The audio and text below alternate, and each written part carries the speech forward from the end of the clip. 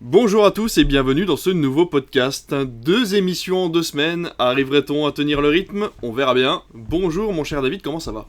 Eh ben écoute, ça va moyen, puisque j'ai regardé Geostorm hier soir sur TF1, Oui. et il me faut le temps de m'en remettre. Et c'était vraiment pas bon du coup? Non, en vrai, on en parlera peut-être au moment des audiences, mais c'est pas aussi catastrophique que ça aurait pu le laisser présager. Pour moi, ça reste mieux que des films comme Independence Day 2 ou Moonfall qu'on avait eu récemment. Mais ça reste un film de science-fiction avec Gerard Butler dans un cadre un petit peu particulier. Mais ça se laisse regarder un dimanche soir quand on est crevé. Ouais, bon c'est déjà pas mal. Alors vous l'aurez remarqué, sur YouTube vous êtes en vidéo maintenant, enfin non, nous sommes en vidéo maintenant sur YouTube, et pour le reste vous êtes toujours en audio sur les plateformes habituelles. Là, par contre, l'émission ne change pas, alors pour cette 2e émission de l'année, nous aurons nos habituelles news, bien entendu, notre partie télévision, que tu honoreras comme la dernière fois, et pour notre sujet principal, on vous a préparé les films de 2023 qui sortiront au cinéma. Alors on essaiera de faire vite, on essaiera de parler un peu plus longuement des films que l'on attend en commun, et essayer de passer rapidement sur chacun des films que l'on a. Chacun a envie de voir, l'un sans l'autre, on va dire ça comme ça. On va tout de suite, passer à nos news. Jingle.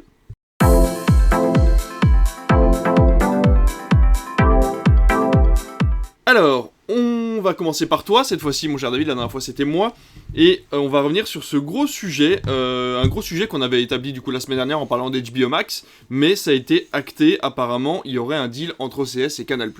Oui, alors la formation est sortie tôt ce matin, on n'a pas encore tous les tenants et les aboutissants, mais c'est vrai qu'au final c'est quand même, comme le rappelle le site de France Info, un sujet qui traîne dans les tiroirs, depuis 2 ans, puisque ça fait déjà un moment que Canal+ négocie avec OCS, et ce qui semble-t-il aura été le coup de grâce pour la réussite de cette négociation, c'est le fait qu'OCS ait perdu une grande partie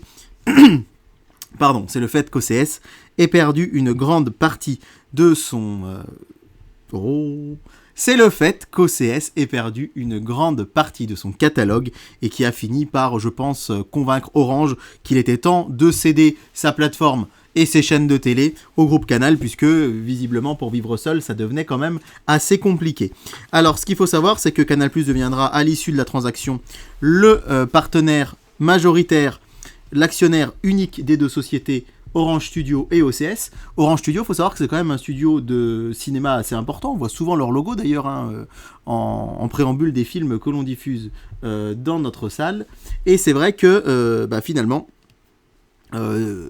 c'est Canal+ qui va hériter des quelques 3 millions d'abonnés d'OCS. Alors évidemment, tout de suite on se dit mais peut-être que Canal+ va récupérer du coup les séries HBO. Pour l'instant, ce n'est pas le cas. Canal+ rachète OCS, mais j'imagine qu'OCS restera une subdivision de Canal+, c'est-à-dire qu'il faudra continuer de débourser 11 € par mois pour pouvoir y accéder. Alors il faut rappeler quand même que chaque année, OCS perd entre 400 et 500 millions d'euros. Ah oui. Et donc au final, c'est une forme de transaction inversée. Ça peut paraître bizarre, mais c'est Orange qui va payer pour que Canal+ rachète sa plateforme. Et suite à ce rachat, et bien évidemment l'AFP, l'agence France Presse, l'agence de presse nationale française, a contacté HBO en leur demandant si on pouvait s'attendre à ce que les séries reviennent sur OCS. Oui.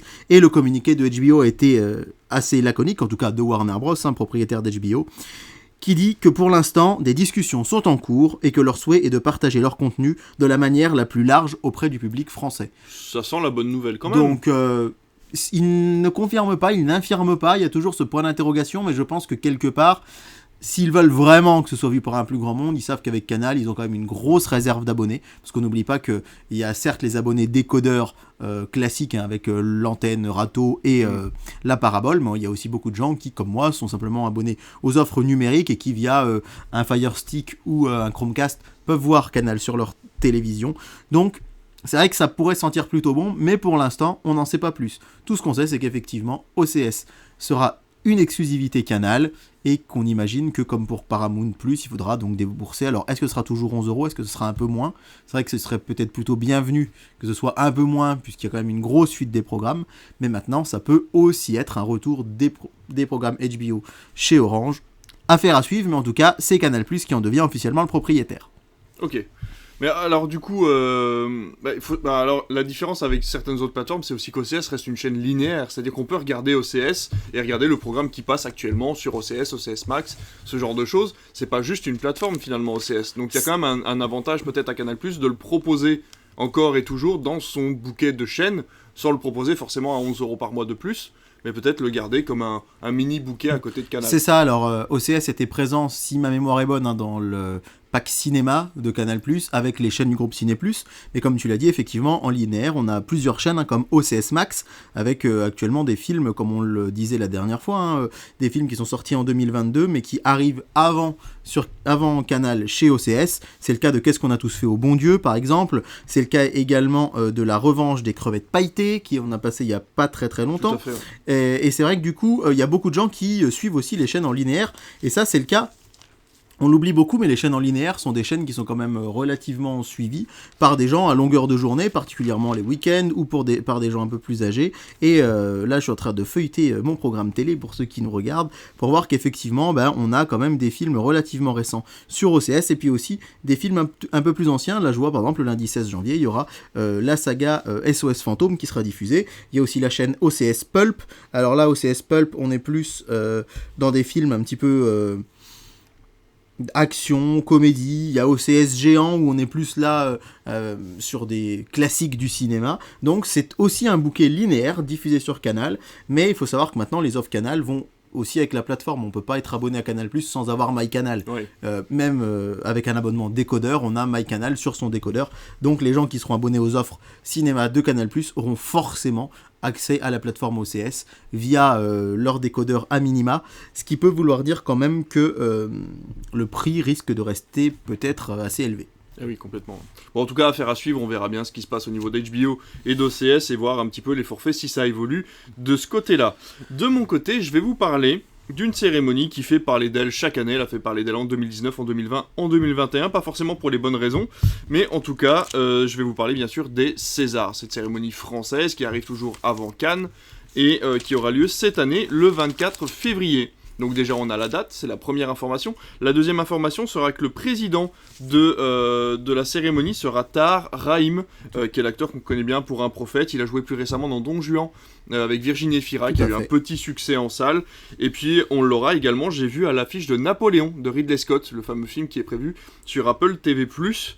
C'est un choix qui est relativement classique, hein, mais c'est censé, c'est un homme qui a quand même une grosse carrière derrière lui, il a une grosse carrière devant lui également, c'est un acteur respecté dans la profession, donc finalement ça tenait à peu près la route.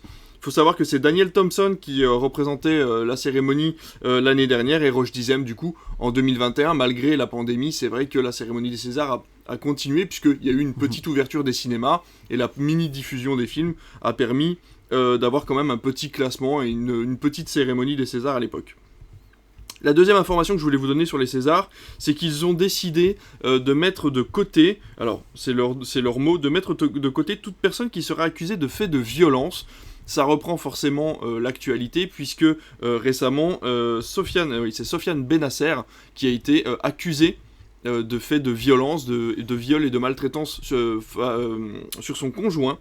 Et donc, ils ont décidé maintenant, à chaque fois qu'une personne... Faut faire attention, c'est toujours un petit peu de démagogie quand même, les mots sont à utiliser avec précaution, parce qu'en fait, cela ne veut pas dire qu'ils seront écartés de la cérémonie, ça veut bien dire que s'ils reçoivent un prix, ils n'auront pas le droit de monter sur scène, il n'y aura pas de temps pour eux, ni pour les personnes qui récupéreront le César. C'est-à-dire que voilà, il sera annoncé que ce sera lui le vainqueur, et on passera tout de suite à la catégorie d'après. Donc il faut bien comprendre que, attention, ça ne les écarte pas de la récompense ou d'une carrière dans la profession, c'est véritablement juste qu'on ne les met pas en avant pendant la cérémonie. Voilà, ça fait également penser il y a plusieurs années à Roman Polanski qui était arrivé avec J'accuse, qui était déjà à l'époque accusé de faits de violence également. Donc voilà, on espère que tout ça va du bon côté, que ça va devenir quelque chose de plus positif, en tout cas ça tend à le devenir. C'est une situation qui est très compliquée, on le rappelle, hein, ce sujet qui est sans fin, séparer l'homme de l'artiste, c'est quelque chose auquel on ne répondra pas nous de notre côté, on n'est pas là pour ça, mais en tout cas je trouvais que c'était important d'en parler, le fait que, un petit peu comme les Golden Globes, C'est les Golden Globes qui sont... Non, attends, c'est quelle cérémonie Les premières cérémonies qui sont toujours un peu maltraitées, là. Si, c'est ça, c'est les Golden Globes, hein. Les Golden Globes aux États-Unis qui ont eu leur lot de malheur aussi pendant quelques années, qui essayent de revenir sur le devant de la scène en faisant leur mea culpa. Et là, c'est la même chose, ils font un pas en avant pour moderniser un petit peu la cérémonie, et finalement, c'est pas plus mal. Oui, c'est très difficile, c'est des sujets qui sont très très touchy. Complètement. On prend acte de la décision de l'Académie des Césars. C'est vrai que de toute façon, c'est une cérémonie, on le disait, à l'inverse de Cannes qui nous parle de films qui vont sortir dans l'année à venir, les Césars récompensent les films sortis dans l'année précédente. On rappelle que c'est Canal+, qui a les droits de diffusion et qui a une part non négligeable dans tout ça. Et on sait que c'est une cérémonie qui a fait beaucoup parler d'elle ces dernières années, comme tu l'as dit, pour des tas de raisons, mais pas toujours pour des raisons qui ont positives, hein, effectivement. On se rappelle du César de Polanski dans J'accuse avec Florence Foresti qui refuse de revenir sur scène. On se souvient de Corinne Maziero, l'interprète de Captain Marlowe, qui était venue sur scène et qui s'était déshabillée complètement. Donc c'est vrai qu'il y a eu beaucoup de polémiques, il y a eu beaucoup de choses autour de cette cérémonie qui en fait finalement fait parler chaque année, mais est loin d'être un carton d'audience à la télé. Et c'est vrai qu'on aimerait bien que les Césars redeviennent avant tout la fête du cinéma et l'occasion de revenir sur une année de cinéma français en salle. Et voilà, là une décision a été prise, on en prend acte et on verra ce que ça donne le 24 février. Bien sûr. Alors il faut savoir que la différence entre les Césars et la Palme d'Or, c'est que la Palme d'Or, les films ne sont pas encore sortis, c'est une sélection de films non sortis au cinéma, alors que justement les Césars reviennent, comme tu dis, c'est une rétrospective sur l'année, et ça permet aux gens de redonner un petit coup de boost à des films qu'ils auraient peut-être loupés. Et donc c'est vrai que c'est quand même une cérémonie qui est importante, et donc c'est dommage quand même qu'elle ne soit pas suivie et qu'elle n'ait pas le suivi qu'elle devrait avoir pour les spectateurs qui seraient en manque de cinéma ou qui auraient l'impression d'avoir loupé 2-3 films, quoi. Et régulièrement chez nous on voit que ça fait venir les gens en salle, les Césars, c'est-à-dire que quand on diffuse le César du meilleur film, très souvent on rediffuse ce César là, ou s'il y a vraiment eu un raz-de-marée, je pense à Adieu les cons il y a quelques temps, et ben ça donne envie aux gens de venir le voir. Les gens qui l'auraient manqué, ah oui quand même il a eu 5 Césars, 6 Césars, on va aller le voir. Donc ça a un effet positif sur le cinéma, et tout comme les Oscars d'ailleurs. Hein. Ouais, bien sûr. Même si les Oscars récompensent parfois des films qui ne sont pas encore sortis chez nous, puisque c'est le même principe que les Césars mais aux États-Unis. Et c'est vrai que ça reste quand même une cérémonie qui donne une petite impulsion pour le... C'est une cérémonie qui donne une petite impulsion pour que les gens reviennent voir les films en salle. Donc on aimerait que tout ça soit un peu, encore une fois, un peu une fête du cinéma. C'est tout ce qu'on attend des Césars. En tout cas, moi, c'est ce que j'en attends. Complètement. Bah écoute, on a fait le tour de ces news, ça a été relativement court, on a été concis, c'est bien, on est plutôt pas mal à ce niveau-là, et on va de toute façon entamer un énorme morceau, là je pense qu'on en a pour un moment, j'espère qu'on va réussir à vous faire suivre cette émission jusqu'au bout, puisqu'on va vous parler de cette magnifique année 2023 qui nous attend en termes de films au cinéma. Alors de mois en mois, on va tenter succinctement de vous parler des projets intéressants, sachant que c'est comme d'habitude, chacun ses goûts, on va sûrement rater des projets que vous avez remarqués, et puis on vous invite à nous le dire de toute façon dans les commentaires.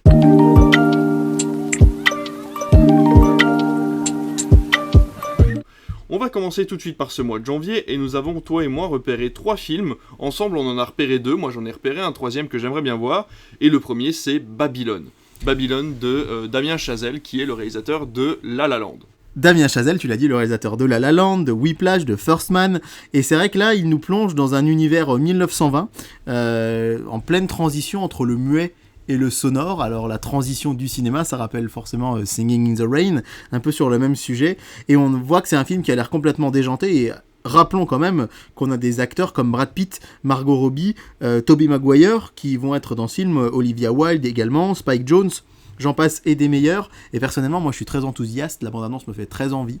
Malheureusement je sais que c'est un flop aux États-Unis, que le film perd beaucoup d'argent, il compte sur l'international pour se rebooster un petit peu, mais c'est vrai que La La Land on était sur une proposition complètement différente, un film complètement à part. Plus intimiste déjà. Voilà, ouais, là c'est peut-être un petit peu différent, mais moi la bande-annonce me fait très envie, ça a l'air d'être déjanté, et puis encore une fois ces 3 films, Whiplash, La La Land et First Man, on peut pas leur enlever pour moi leur réalisation incroyable, donc je suis vraiment très très impatient d'aller le voir.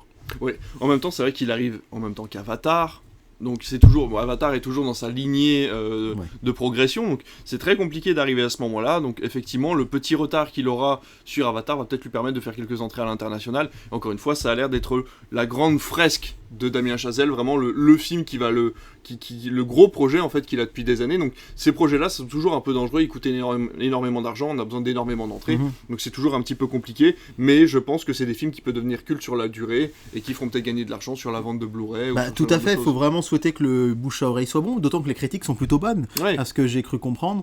Brad Pitt, il est pas si souvent que ça au cinéma finalement ces derniers mois, ces dernières années. Dans Bullet Train en jouant tout à fait, là voilà, et à part ça, il avait fait un petit caméo dans Le secret de la cité perdue, très drôle d'ailleurs, le caméo, le film en général beaucoup moins. Margot Robbie, c'est vrai qu'on est heureux de la voir, déjà elle était incroyable pour moi dans Amsterdam de David O. Russell qui est sorti là en cette fin d'année. C'est chouette de la voir dans d'autres rôles, Harley Quinn, ou effectivement sa performance dans Le Loup-garou de Wall Street où elle était vraiment excellente, mais là on la voit dans des registres complètement différents, et là se dire qu'on va passer de Babylone de Damien Chazelle à Barbie cet été, c'est vrai, peut-être pas mis dans nos listes, on l'a pas mis en plus, mais je suis vraiment impatient de voir ce que vont donner ces acteurs ensemble. Et puis c'est vrai que Tobey Maguire, il est assez rare au cinéma finalement, particulièrement ces dernières années, donc ça va être chouette de le retrouver. Surtout là il fait le rôle de Chaplin, hein. Il représente un personnage très important. On passe au deuxième film, Knock at the Cabin de M. Night Shyamalan. C'est pas facile à dire. C'est pas facile à dire, c'est Damien Chazelle, M. Night Shyamalan. Souvent on l'appelle Shyamalan tout court. Exactement. Voilà, et qui nous revient après Old, qui se passait sur une plage, à ne pas confondre avec La plage, du coup, d'un autre réalisateur, qui était beaucoup plus vieux, je dis n'importe quoi, Danny c'est Boyle. pas grave. Voilà, Danny Boyle, tout à fait, on part sur autre chose. Donc Knock at the Cabin, le principe est simple, une famille arrive à la campagne, elle loue une maison. À ce moment-là, des inconnus arrivent, ils les séquestrent dans la maison et ils leur disent qu'ils vont peut-être pouvoir sauver la planète, que grâce à eux, ils vont pouvoir éviter l'apocalypse, mais qu'ils vont devoir prendre une décision importante. Je n'ai vu que le teaser, j'espère que la décision importante n'est pas annoncée dans le trailer. Tu ne sais pas, tu n'as pas vu. Je suis pas allé au-delà de ça. Je vous conseille de ne pas aller au-delà de ça non plus, c'est ce qui fait la force de de Shyamalan, puisque finalement, c'est souvent ces twists qui apportent énormément de choses à ces films. Donc voilà, moi je suis très impatient de le voir, surtout qu'il y a Bautista dedans. Oui, tout à fait. Il y a aussi Rupert Green qui jouait Ron dans Harry Potter. C'est assez rare de le voir au cinéma également, donc c'est une chance finalement, il faut y aller rien que pour ça. Et un bon réalisateur, donc finalement... Alors, Shyamalan que moi je trouve un petit peu en dents de scie, c'est vrai que j'ai beaucoup aimé Sixième Sens, j'aime beaucoup la trilogie Glass, Split et Incassable qui se fait dans l'autre sens. Dans l'autre sens, voilà. Dans le mauvais sens. Voilà, on vous a annoncé d'ailleurs qu'il passait cette semaine à la télévision, si vous avez l'occasion.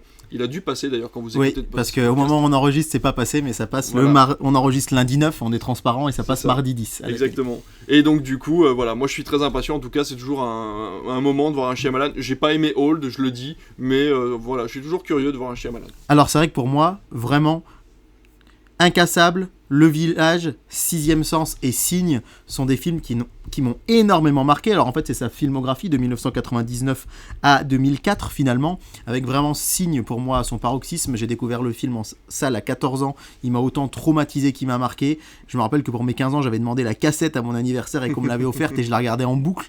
Et encore quand je le vois, je l'ai vu récemment, c'est pour moi vraiment un chef-d'œuvre de réalisation. Signe, je l'adore. The Village, il est incroyable également. Enfin pour moi, je sais qu'il divise beaucoup, mais la musique de James Newton Howard, qui est un compositeur dont on parle trop peu, je trouve, sublime le film. Et pour moi il y a eu vraiment un trou avec La jeune fille de l'eau, Phénomène, Le dernier maître de l'air, After Earth pour moi c'est celui que j'aime le moins en tout cas. Et ensuite on a eu The Visit qui était presque déjà un retour, on va dire un redémarrage. Split et Glass qui était très chouette. Et à titre personnel, moi j'ai plutôt apprécié Old, et je sais que je suis un des rares pour qui ça a été le cas, mais je me suis laissé prendre dans le scénario. J'ai trouvé la réalisation classique, mais le scénario m'a bien plu. De se dire, tiens, ce mystère, moi j'adore les films à mystère de toute façon. Voilà, donc ce mystère des gens qui vieillissent très rapidement, ça m'a beaucoup plu. Et encore une fois, c'est tellement un réalisateur qui a marqué mon adolescence avec les 4 films que j'ai cités précédemment que je veux voir tout ce qu'il fait. Et là, le pitch m'a l'air intéressant, mais je signale... comme tu le disais tout à l'heure, moi, j'essaye de me préserver au maximum des bandes annonces. Donc tout ce que je vous raconte, là, j'ai vu la bande annonce de Babylone, j'ai vu un petit teaser de Knock at the Cabin, mais pratiquement tout le reste de ce dont je vais vous parler ce soir, j'ai vu l'affiche, le synopsis, et c'est sur le nom du réalisateur et des acteurs que je me prononce, c'est pas sur des images de films que j'ai vus, parce que j'essaye vraiment au maximum de m'en préserver comme on est exploitant, on a de la chance de ne pas forcément, de pouvoir parfois esquiver les bandes annonces, C'est vrai. ne pas rentrer dans la salle tout de suite. Parce que je trouve que les bandes annonces, ça pourrait être un sujet, mais spoil souvent beaucoup. Oui. Et c'est beaucoup mieux, je trouve, de voir un film quand on peut se le permettre, encore une fois, parce que quand on doit débourser de l'argent pour aller voir un film, je comprends que la bande-annonce, ça nous aide quand même à savoir si on va le voir ou pas. Ça, c'est sûr. Mais à part ces deux films-là, c'est vrai que je n'ai rien vu de plus de ce qu'on va vous raconter ce soir, et finalement, c'est peut-être pas plus mal. Je vais vous parler juste d'un film qui sort au mois de janvier. Il sera sorti au moment où sort ce podcast. Et ça s'appelle Les Rascals, ça sort le 11 janvier, c'est un film sur le racisme et c'est assez... voilà, j'ai entendu un commentaire qui disait en 90 on a eu la haine et en 2022 on aura les Rascals. C'est l'histoire d'un groupe de jeunes, certains sont maghrébins ou issus du nord de l'Afrique et se cachent derrière des prénoms type espagnol ou ce genre de choses parce qu'ils sont...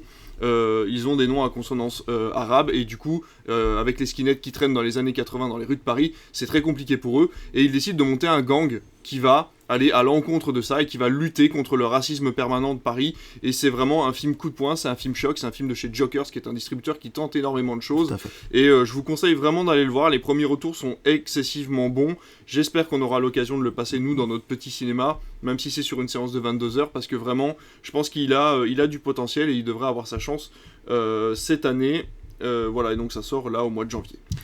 Je me permets juste, j'ai fait une petite erreur, même si c'est pas grave, le podcast est sorti, mais c'est jeudi soir qu'est passé Glace et pas mardi. Voilà, bah vous nous corrigerez dans les commentaires au moment où vous l'entendrez. Exactement. Vous direz, bah non, je l'ai vu hier, c'est pas possible. Oui, parce que le podcast, normalement, à l'heure où vous l'écoutez, enfin la sortie, on sera vendredi. Le dimanche, on a vu que c'était un peu rush pour vous annoncer les duels du dimanche soir, cinéma, etc. Donc on va essayer de faire notre maximum pour vous le sortir tous les vendredis plutôt que tous les dimanches. On passe au mois de février et on commence par un film qu'on a envie de voir tous les deux parce qu'on aime bien rigoler un bon coup, parce que ça fait du bien de se prendre des assiettes dans les fesses.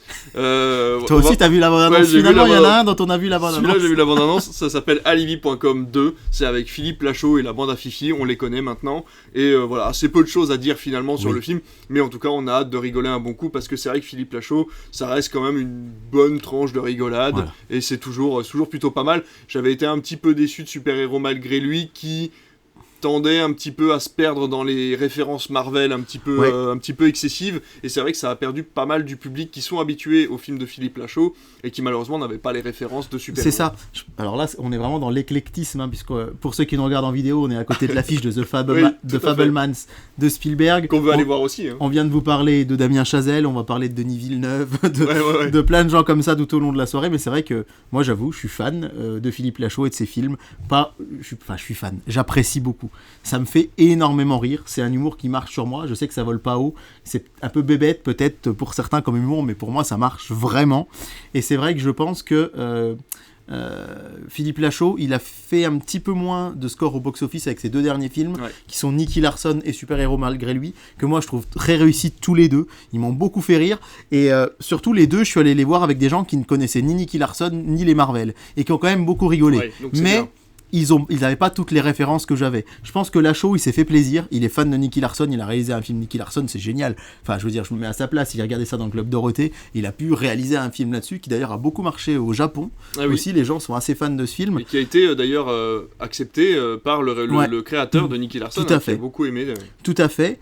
Et Super Héros malgré lui, c'est pareil. Pour les gens qui n'avaient pas les références, ça a marché, mais un peu moins d'entrée parce que des gens en salle se sont dit oula, moi ça je sais pas trop. Et Alibi.com, ça reste le gros succès avec les babysitting de Philippe Lachaud, parce que là pour le coup c'est vraiment une comédie grand public et c'est vrai que avec des acteurs de toutes les générations. Ouais, de toutes les générations. Didier Bourdon et Gérard Jugnot, ça parle beaucoup aux fans des Inconnus, aux fans du Splendide.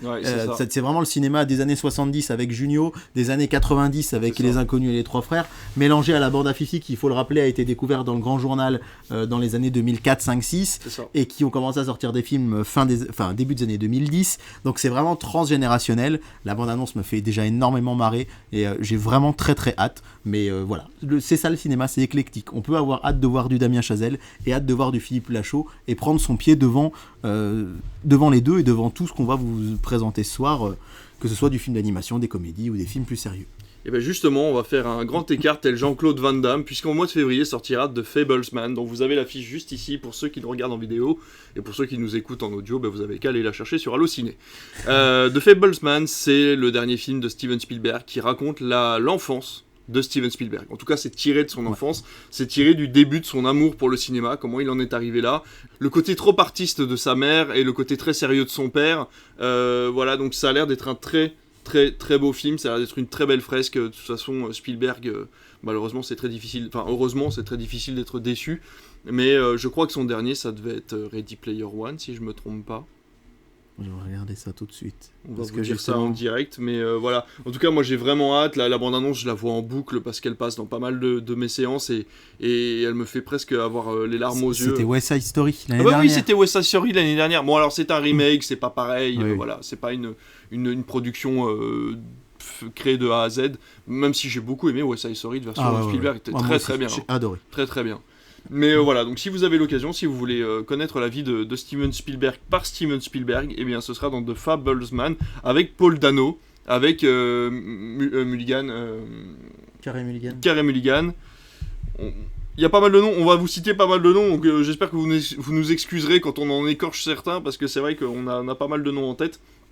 Donc voilà, beaucoup d'acteurs connus, j'ai vu qu'il y avait Seth Rogen aussi, regarde sur l'affiche. Ouais. Donc voilà, un gros casting, un gros film, enfin voilà, le film à voir je pense. De toute façon, Spielberg, c'est le nom par excellence, je pense, pour lequel on peut aller voir des films presque les yeux fermés. Bah, de toute façon, est-il utile de rappeler Jurassic Park, Indiana Jones, Minority Report, Arrête-moi si tu peux, Le Terminal. Voilà, moi j'ai adoré très récemment West Side Story et Pentagon Papers, qui est sans doute pas son plus connu, exact, mais que j'avais trouvé super vraiment avec Tom Hanks. Son nom était moins mis en avant dans celui-là. Alors il faut dire que Pentagon Papers est sorti pratiquement chez nous en même temps que Ready Player One, seulement quelques mois avant. Il y a eu vraiment deux Spielberg de suite. Et Ready Player One, moi j'aime bien, mais c'est pas mon préféré. Mais néanmoins, moi je loupe pas un Spielberg, et Spielberg, je pense que ça reste le réalisateur qui...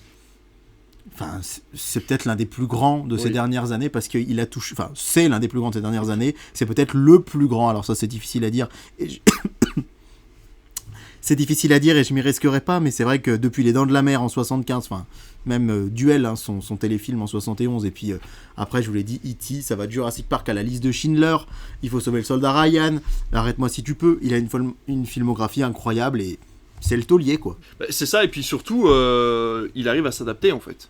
À la différence de certains réalisateurs, comme, je sais pas, moi, Ridley Scott, qui ne me plaît plus autant qu'avant sur les derniers films qu'il a fait. Il y a des réalisateurs comme ça qui n'arrivent pas à passer le pas des générations, du numérique, de ce genre de choses. Et je trouve que Spielberg, il arrive vraiment à rester dans les clous à chaque fois, et à correspondre à toutes les générations, et ça, c'est quand même quelque chose de très fort, quoi. Tout à fait. Deux autres films que moi j'ai repérés en février, on en parle très vite. La Tour dont je ne sais rien, un film d'horreur qui se passe dans une tour, voilà, par un nouveau réalisateur qui a déjà fait un documentaire pour Netflix, ça a l'air très bien. Et ensuite Apache, qui me tente vraiment, dont j'ai vu la bande-annonce. C'est fait par Tandem, qui est un petit distributeur, un petit peu comme Jokers. Ça se passe dans le Paris des années 20, et c'est un gang dans le Paris des années 20 qui décide de faire sa propre loi à l'intérieur des rues de Paris en fin de Première Guerre mondiale, en fait des rebuts de la société qui se retrouvent à monter un gang ensemble. Ça a l'air violent, ça a l'air vraiment très bien fait, et j'ai vraiment hâte de voir ça parce que ça a l'air d'être encore une tentative du cinéma français de se rapprocher de ce que faisaient les États-Unis dans les années 2000, et je pense qu'on a un gros créneau à prendre à ce niveau-là. On passe au mois de mars avec dans nos films en commun, The Whale, le dernier Aronofsky, avec Brendan Fraser. Merci. Avec Brendan Fraser. Je vais le garder celui-là. Avec Brendan Fraser, du coup, qui revient après des années, qui a eu droit à une standing ovation, qui est quasiment en pleurs à chacune de ses interviews parce qu'il est revenu de très très très loin, quoi. C'est un acteur qui s'est fait... qui est resté dans l'ombre pendant des années, et voilà, enfin il a le droit à sa vraie carrière maintenant, quoi.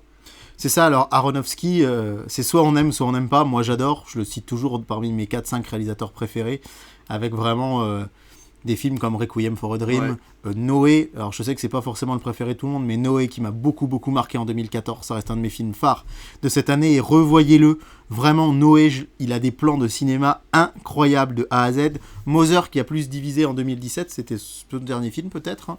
Un de ses derniers films en tout cas. Un de ses derniers, là c'est avec Brendan Fraser, moi il m'émeut à chaque fois que je le vois, parce que il a l'air tellement touchant, il est touché par toutes les marques d'amour que les gens lui donnent. On le rappelle, hein, c'est La Momie, Brendan Fraser, c'est Georges de la Jungle, c'est vraiment la grosse star finalement de la fin des années 90, on l'oublie oublie beaucoup, mais Brendan Fraser, on lui prédisait parfois une carrière vraiment beaucoup plus marquante que ce qu'elle n'a été. Et là, après une grande traversée du désert, on le retrouve dans ce film qui, quelque part, on est content pour lui, en fait. Je sais pas comment dire, mais c'est presque... on est heureux de le voir, on est heureux de le revoir dans un rôle qui, visiblement, l'a beaucoup, beaucoup marqué.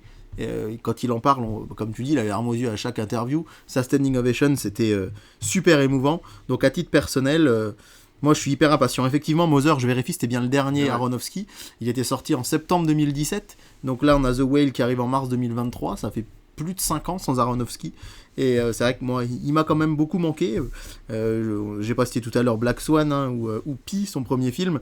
Mais en tout cas, moi, rien que pour Brendan Fraser, ça va me faire plaisir de le voir. Et puis voir un Aronofsky... Pour moi, c'est vraiment comme voir un David Fincher qui est rare lui aussi au cinéma depuis quelques années.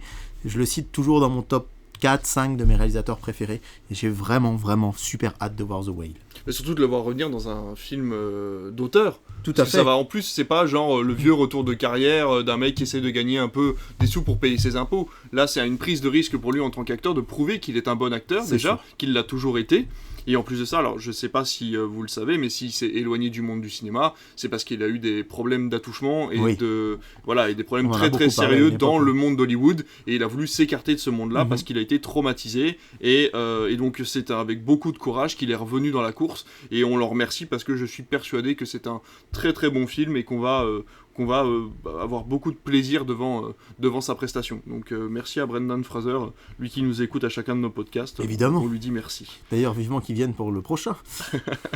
Le deuxième film du mois de mars, encore une fois, on va faire le grand écart, on va casser tous nos pantalons, à mon avis, sur ce 2023, mais ce sera Shazam, la rage des dieux. Alors, je pense qu'on doit être les deux seuls en France à vouloir la suite de ce film, mais j'ai beaucoup, beaucoup aimé le premier. Je l'ai trouvé vraiment plein d'autodérision, il n'était pas prise de tête, il y avait une belle ambiance à l'intérieur, une ambiance de super-héros telle qu'on l'a connue au début des années 2000, sans forcément attendre une suite, sans attendre un caméo, juste un héros qui essaye de se reconstruire, en fait, ou de se construire, puisque c'est le premier, et ça donne vraiment envie, et le 2 a l'air d'être vraiment dans la même lignée. Ouais, c'est ça, c'est que je trouve que le premier arrive vraiment à faire le bon équilibre entre l'humour, qui est très présent, mais il a quand même un côté épique, assez sympa, mais surtout, effectivement, c'est de l'humour, mais c'est beaucoup d'autodérision, et c'est ça dont font relativement peu preuve, je trouve, les productions de chez Marvel. C'est-à-dire que très souvent, il y a de l'humour, il y a des blagues, mais là, vraiment, Shazam se fout de la gueule ouvertement des comics, et de DC Comics, et moi, personnellement...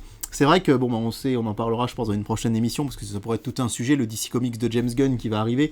On sait qu'il va y avoir bientôt un reboot, que les choses vont changer, mais ce Shazam version 2023, moi, personnellement, m'enthousiasme beaucoup. Alors, j'y vais pas avec des attentes de dingue, mais je me dis que si c'est aussi bien que le premier, moi, ça me suffit. C'est-à-dire de l'humour et un côté épique, et c'est ce qui, parfois, manque un peu... soit à l'un, soit à l'autre, et c'est de ce genre de film de super-héros, et ça fait du bien de temps en temps, quand on a comme ça de la dérision dans un monde qui parfois se prend trop au sérieux, alors qu'il faut quand même rappeler que les super-héros à la base, ça reste quand même quelque chose de fantaisiste, et c'est du divertissement, c'est de la science-fiction, c'est de l'évasion, et dans Shazam, en plus, c'est vrai qu'on a Black Adam qui est arrivé en salle, alors on sait qu'il n'y aura pas de continuité, mais ça aurait pu s'imbriquer bien, Shazam et Black Adam, finalement. Donc, j'ai vraiment hâte de le voir. Et je pense que je vais passer un bon moment. Et là, le premier, j'avais acheté le Blu-ray à la sortie, c'est vous dire s'il m'avait plu. Voilà. Mais surtout qu'en plus, on aurait pu prévoir effectivement un lien entre Shazam et Black Adam, puisque, en fait, le magicien qui donne ses pouvoirs à Shazam... Et dans Black Adam, on ne le voit que très peu, mais il en fait partie. Bien sûr, et le cri Shazam est prononcé plusieurs fois dans le film Black Adam. Bien sûr, donc c'est vrai que c'est quand même dommage, mais on vous expliquera peut-être à la prochaine émission. On voulait le faire sur celle-ci, on le fera peut-être sur la prochaine. Pourquoi DC Comics est un petit peu en branle en ce moment, et pourquoi il n'y aura pas de Black Adam 2. De ton côté, au mois de mars, tu m'as signalé Empire of the Light de Sam Mendes. Alors, je l'avais pas vu, j'aime beaucoup Sam Mendes. Ouais, alors c'est vrai que Sam Mendes, on le rappelle, c'est le réalisateur des derniers James Bond, enfin pas du dernier, mais de Skyfall et de Spectre, je crois. Tout à fait. C'est aussi le réalisateur de 1917, qui a été un très très beau film qui est sorti il y a quelques temps, enfin il y a 2-3 ans. Le pitch, rapidement, d'Empire of Light, c'est en Angleterre en 1980. Hilary travaille dans un cinéma, un lieu tout indiqué qui lui permet d'être en contact avec des gens et de rompre la solitude. Cette femme d'âge mûr est chargée d'apprendre les rudiments du métier à Stephen, un jeune homme noir charismatique. Et on va voir que petit à petit, il va se passer quelque chose entre ces deux personnes. Et pour le coup, j'ai pas vu la bande-annonce, mais là aussi, je pense que Sam Mendes, c'est quand même un nom qui inspire confiance cinématographiquement parlant. 1917, c'était vraiment très très très très chouette. On peut critiquer le scénario. Moi, d'un point de vue historique, c'est vrai que c'est intéressant, mais encore une fois, il faut arrêter de prendre le cinéma pour des livres d'histoire. Hein. Des livres d'histoire, j'en ai plein à la maison, si vous voulez, je vous en prête. Mais là, vous êtes au cinéma, vous regardez un film. Et vraiment, la réalisation, il y a des plans dans 1917 qui sont incroyables. Et là, je me dis qu'il va vers un registre complètement différent, parce que 1917, c'est une vraie prouesse technique aussi d'effets spéciaux, comme les derniers James Bond. Et là, on va plus vers une histoire d'amour, vers une romance, vers un film plus qu'on pourrait qualifier, j'aime pas le terme d'auteur, parce que je pense que tous les réalisateurs sont aussi des auteurs, mais on est plus dans de l'arrêt-essai presque. Enfin, vraiment, moi, ça m'intrigue beaucoup. Ouais. Donc c'est pour ça que je voulais vraiment vous signaler qu'il y a Empire of Light de Sam Mendes qui va sortir en mars et qui devrait être très sympa. Au mois de mars, moi j'ai repéré également Creed 3. Je l'attends beaucoup aussi, mais alors pour info, les coulisses de Creedflix, David m'avait dit choisis 5 films que t'attends en 2023, j'en ai donné précisément 17 ou 18, je crois. Je sais pas compter. Donc, je me suis dit, rajoute pas Creed 3. Mais néanmoins, j'ai quand même très envie de le voir, parce que j'ai beaucoup aimé les deux premiers. Voilà, donc Creed 3, on aura également The Son, qui est fait par le même réalisateur que The Father, qui était le film avec Anthony Hopkins. Oui, avec Hugh Jackman. On connaît que lui. Bon sang. J'arrive pas, moi les noms... Comic Sitter va nous tuer, c'est son réalisateur préféré, c'est son film. The Father. Peut-être qu'il soit dans le coin pour qu'il puisse venir nous tuer. De Florian Zeller, voilà. Florian The Zeller. Son de Florian Zeller.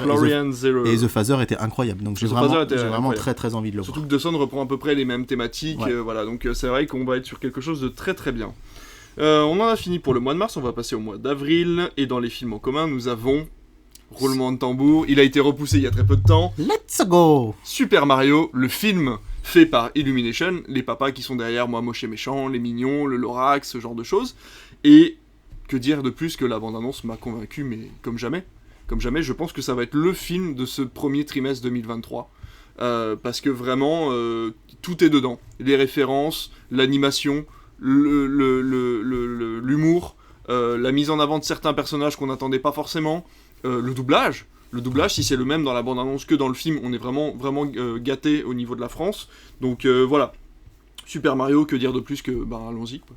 Ouais, c'est ça. Alors moi, je suis un Nintendo fan. Alors je sais que même il y a certains qui utilisent le terme très, très péjoratif de Nintendo sexuel, c'est-à-dire que quoi que fasse Nintendo, je fais partie de ceux qui aiment ça.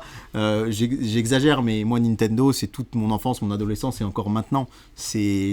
Je baigne dans Nintendo à longueur de journée, j'adore ça. Et c'est vrai que j'avais un peu peur d'un film Super Mario, parce qu'on sait que les adaptations de Nintendo, en général, au cinéma, il y en a eu très peu, et que ça n'a jamais été... Alors on a Détective Pikachu, mais c'est Warner qui l'avait fait.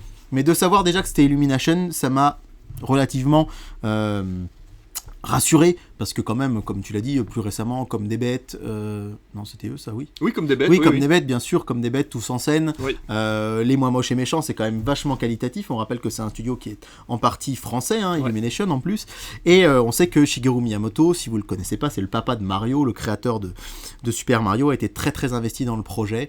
Et on voit effectivement que lui... Comme à chaque fois, le parc Nintendo à Universal Osaka, pareil. Exactement. Et on sent qu'il a été très investi. Et vraiment, je pense que c'est un film qui ne trahira pas l'ADN de Nintendo et qui en même temps devrait nous faire passer un super moment. Et alors, je me lance peut-être dans un pronostic risqué, mais je pense que ça peut être un gros carton salle. Mais bien sûr, c'est sûr. J'ai une grosse confiance en ce film, moi pour les vacances de Pâques.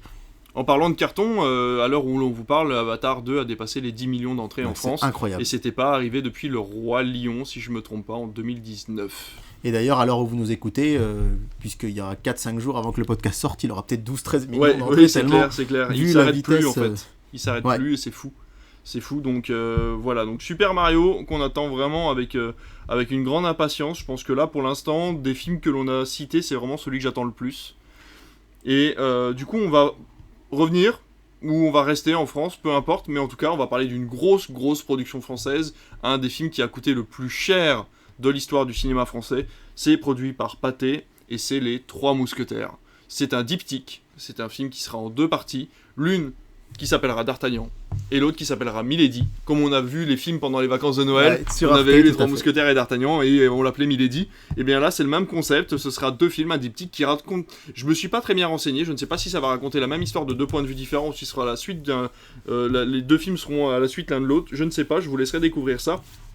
En tout cas, gros casting, Pio Marmaille, Romain Duris, Vincent Cassel, Eva Green, François Civil, voilà, plus tous les personnages secondaires qu'on ne vous cite pas, mais vraiment gros film, film d'action, film d'aventure, voilà, que dire de plus que vraiment, ça va être à mon avis du gros show à voir sur un grand écran. Voilà, en fait moi j'ai envie que ce soit réussi et j'ai envie que ça marche, parce que je me dis que là le cinéma français fait un gros pari, un blockbuster français, mais vraiment là pour le coup un vrai blockbuster à l'américaine avec de très gros moyens. Le casting fait rêver. J'espère vraiment que ce sera réussi. Parce que je me dis, si c'est réussi, si le film est vraiment très bien et qu'il y a un gros succès en salle, c'est la porte ouverte à plein de super projets comme ça plus tard. Et ça va redonner confiance aux gens qui arrêtent pas de dire que les films français sont pourris. Et là, ça va redonner confiance aux gens en disant, bah voilà, on peut faire des grosses prods, quoi. C'est ça, et vraiment, ils ont pas le droit de se planter là-dessus parce que sur le papier, on a vraiment envie de le voir et de voir ce que ça va donner. Ouais. Alors, le réalisateur, c'est Martin Bourboulon.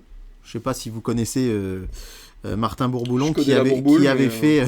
oui, moi aussi, à côté du Mont d'Or, en Auvergne, c'est très joli. On salue les Auvergnats qui nous écoutent, d'ailleurs. Hein. C'est le réalisateur de Papa ou Maman 1 et 2, mais c'est surtout le réalisateur d'Eiffel. Et là, alors, pourquoi je vous parle d'Eiffel ? Parce que je trouve que c'est quand même...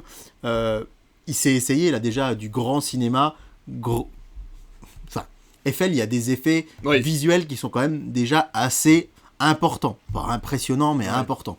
Il n'est pas passé de Papa ou Maman aux Trois Mousquetaires. Donc, c'est déjà un point très positif, je trouve.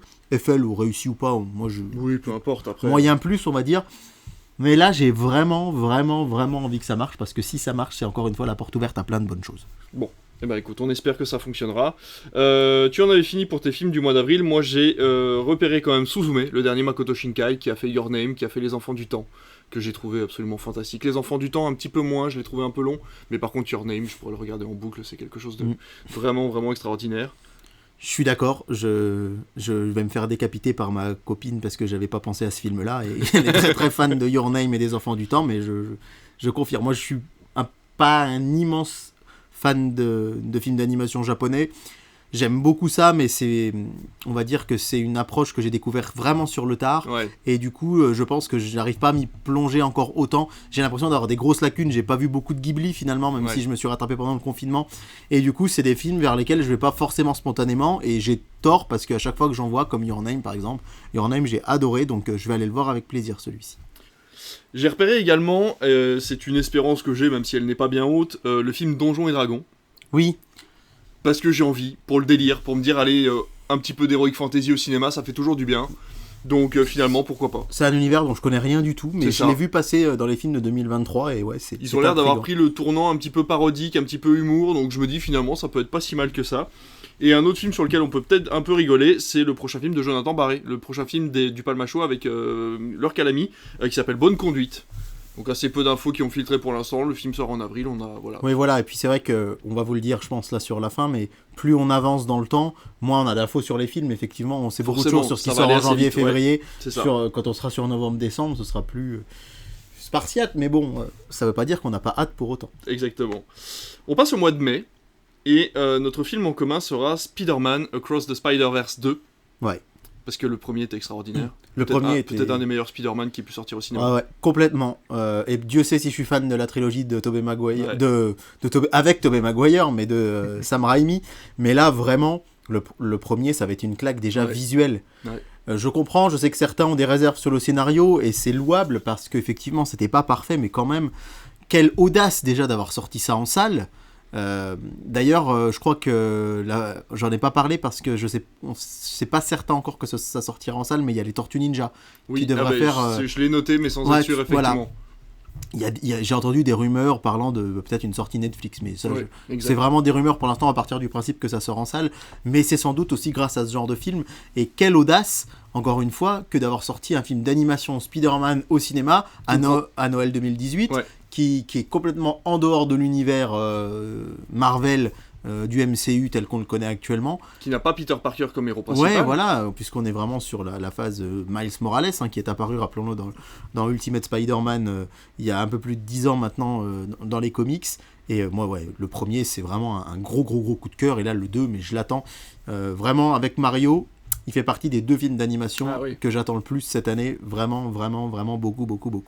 De ton côté, tu as noté aussi également, alors moi je l'ai pas noté parce que j'ai pas trop apprécié le 2, c'est Les Gardiens de la Galaxie 3. Je me rappelle très bien d'une discussion en sortie de salle où j'avais adoré Les Gardiens de la Galaxie 2 et toi pas du tout. On est souvent du même avis, mais là ça n'avait pas été le cas. Ouais. Et moi, le premier me laisse vraiment de marbre. Le premier Gardien de la Galaxie, je le trouve très moyen. Moi pourtant je me prends un peu plus de plaisir devant le premier. Mais comme tout le monde, j'ai envie de dire que là pour le coup je suis sur une grosse unpopular opinion. Hein. Mais néanmoins, le 3, parce que c'est James Gunn. Parce que c'est quand même un réalisateur qui a un sacré talent. Ce qu'il a fait sur The Suicide Squad, c'était vraiment très chouette. Là, pour le coup, on avait notre avis en commun.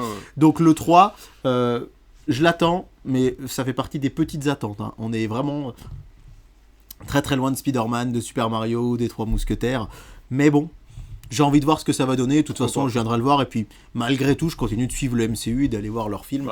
Donc j'espère juste qu'on ne nous dira pas. Par contre, pour le comprendre, il faut avoir vu Les Gardiens de la Galaxie 1, 2, Moon Knight, l'intégrale de Derrick en VOST, Thor 4, Crime à Saint-Etienne, à Strasbourg, et pour pouvoir comprendre le film. À Colmar. Et à Colmar. Non, mais c'est toujours le problème, c'est qu'encore une fois, on ne va pas revenir là-dessus, mais quand on nous dit, pour Doctor Strange 2, il faut avoir vu WandaVision, il faut avoir vu What If 4, il faut avoir vu...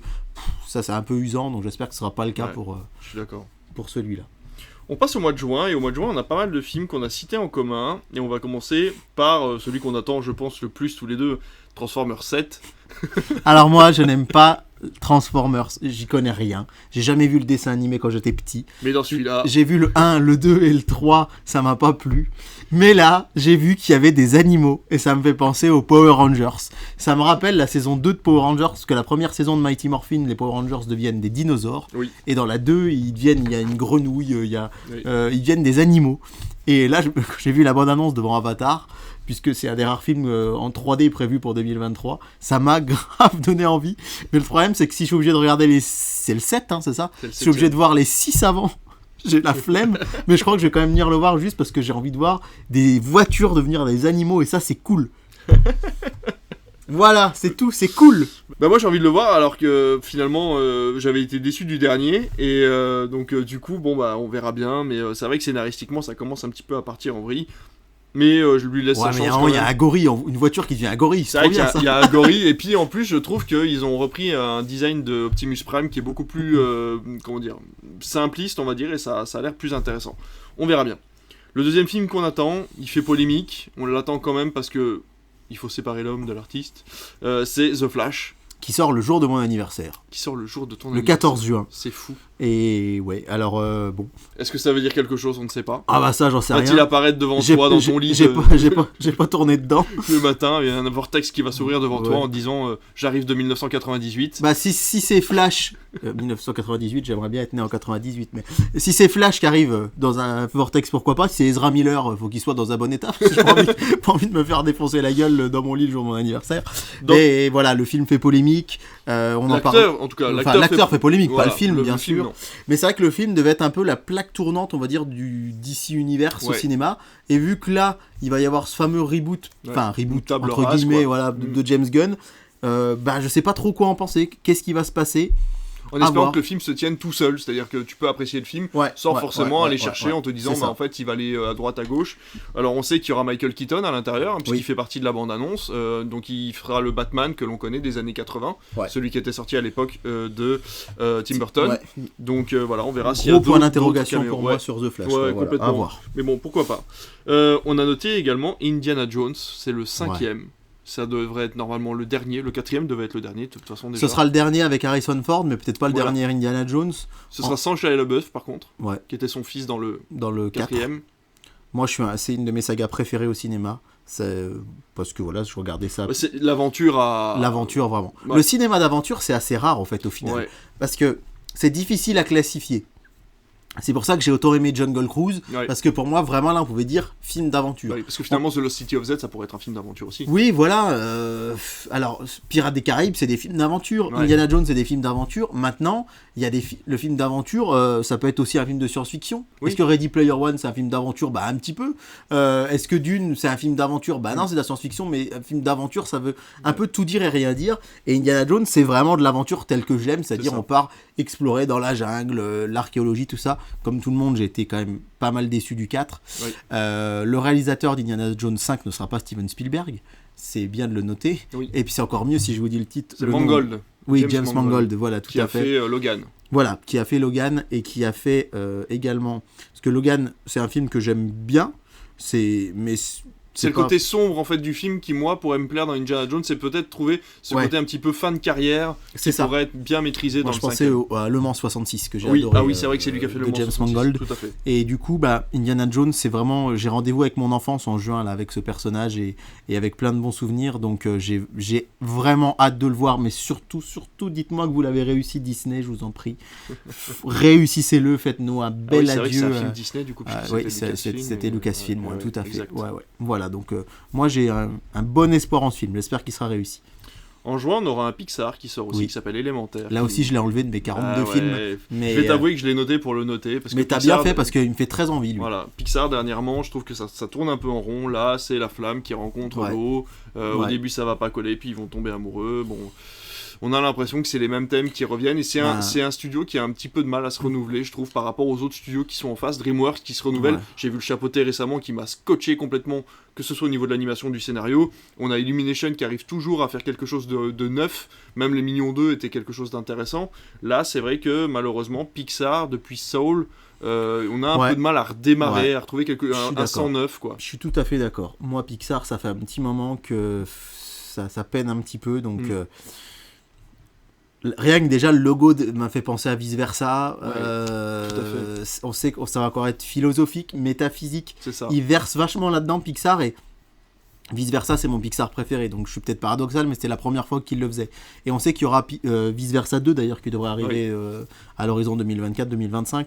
Mais là, ça me fait envie, mais j'espère pas être déçu parce que c'est vrai que les derniers Pixar, bon, que ce soit Red Alert, je sais qu'il a beaucoup plu. C'est pas un Pixar, c'est un Disney, c'est là qu'est la différence. Oh, je crois pas, hein. Il me semble que c'est un... moi, je te tu as dirais- peut-être raison, c'est un Pixar. Je te dirais bien que Red Alert, Non, c'est un Pixar. Hein. Je pense que tu as raison. Je pense que tu as raison que c'est un Pixar, effectivement. Non, c'est ma faute. Ouais, Red Alert, c'est bien un Pixar. Autant Hein. pour moi, c'est un Pixar. C'est C'est un- Raya le dernier. C'est Raya, qui oui. était Raya, sorti, ouais. Encanto et, Voilà, c'est ça. et récemment Avalonia. Avalonia, qui sont des Disney. Et donc, bon, voilà, à voir, mais j'espère qu'on sera agréablement surpris. C'est dommage parce qu'on avait En Avant, qui était hyper original, qui était vraiment quelque chose de très Ah, bien. ouais, alors voilà. Je savais qu'il y en avait un récemment qui m'a beaucoup plu.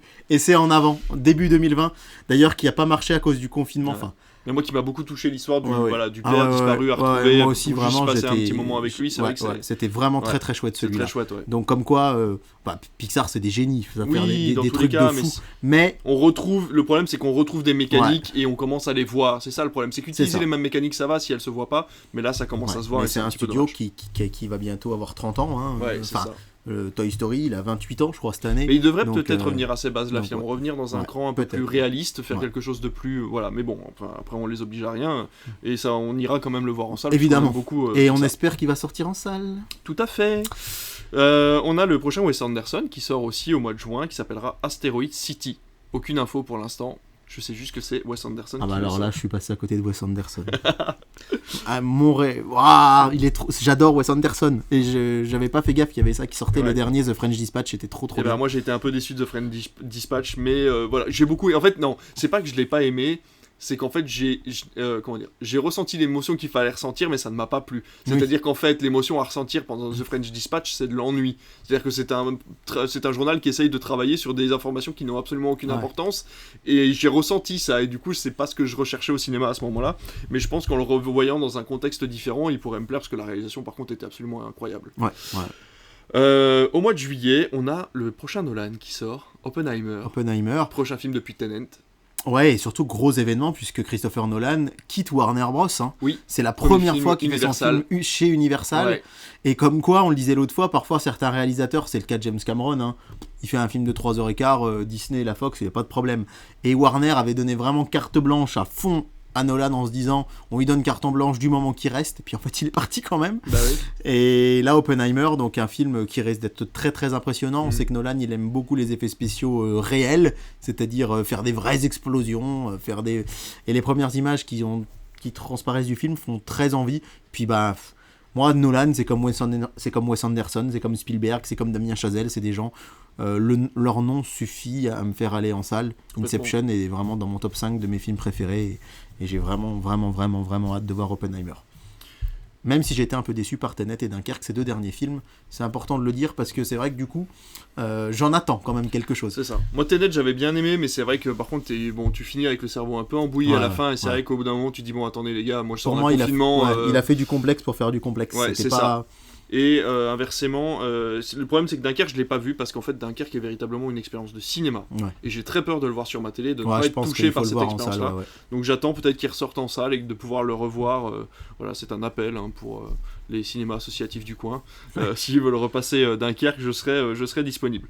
On aura Mission Impossible d'Edric Reckoning qui sort aussi au mois de juillet, pourquoi pas finalement. Oui, c'est quand même le 7ème, faudra peut-être se taper les 6 autres avant.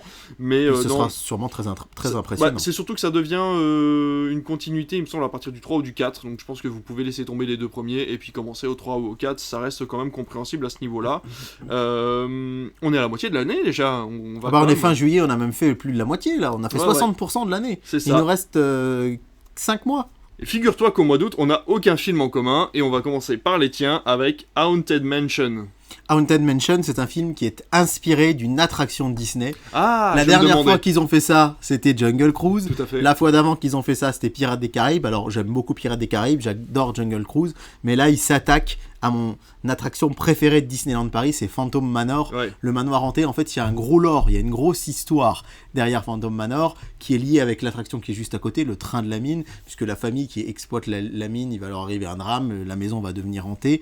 Et comme j'adore cette attraction, l'attraction est cool, même si c'est pas Space Mountain, il n'y a pas des sensations très fortes, mais je trouve l'architecture de la maison, le truc, ça me rappelle Beetleborgs quand on était petit, où il y avait cette maison au milieu d'un champ de maïs. Merci de me rappeler Beetleborgs. Où il y avait cette maison au milieu du désert, au milieu des champs de maïs avec ce Frankenstein, la momie et tout, le vampire, c'était trop bien. Ça me fait penser à ça, mais en vraiment plus sombre. Oui, très très très mal vieilli, mais bon, ça pour le coup c'est clair.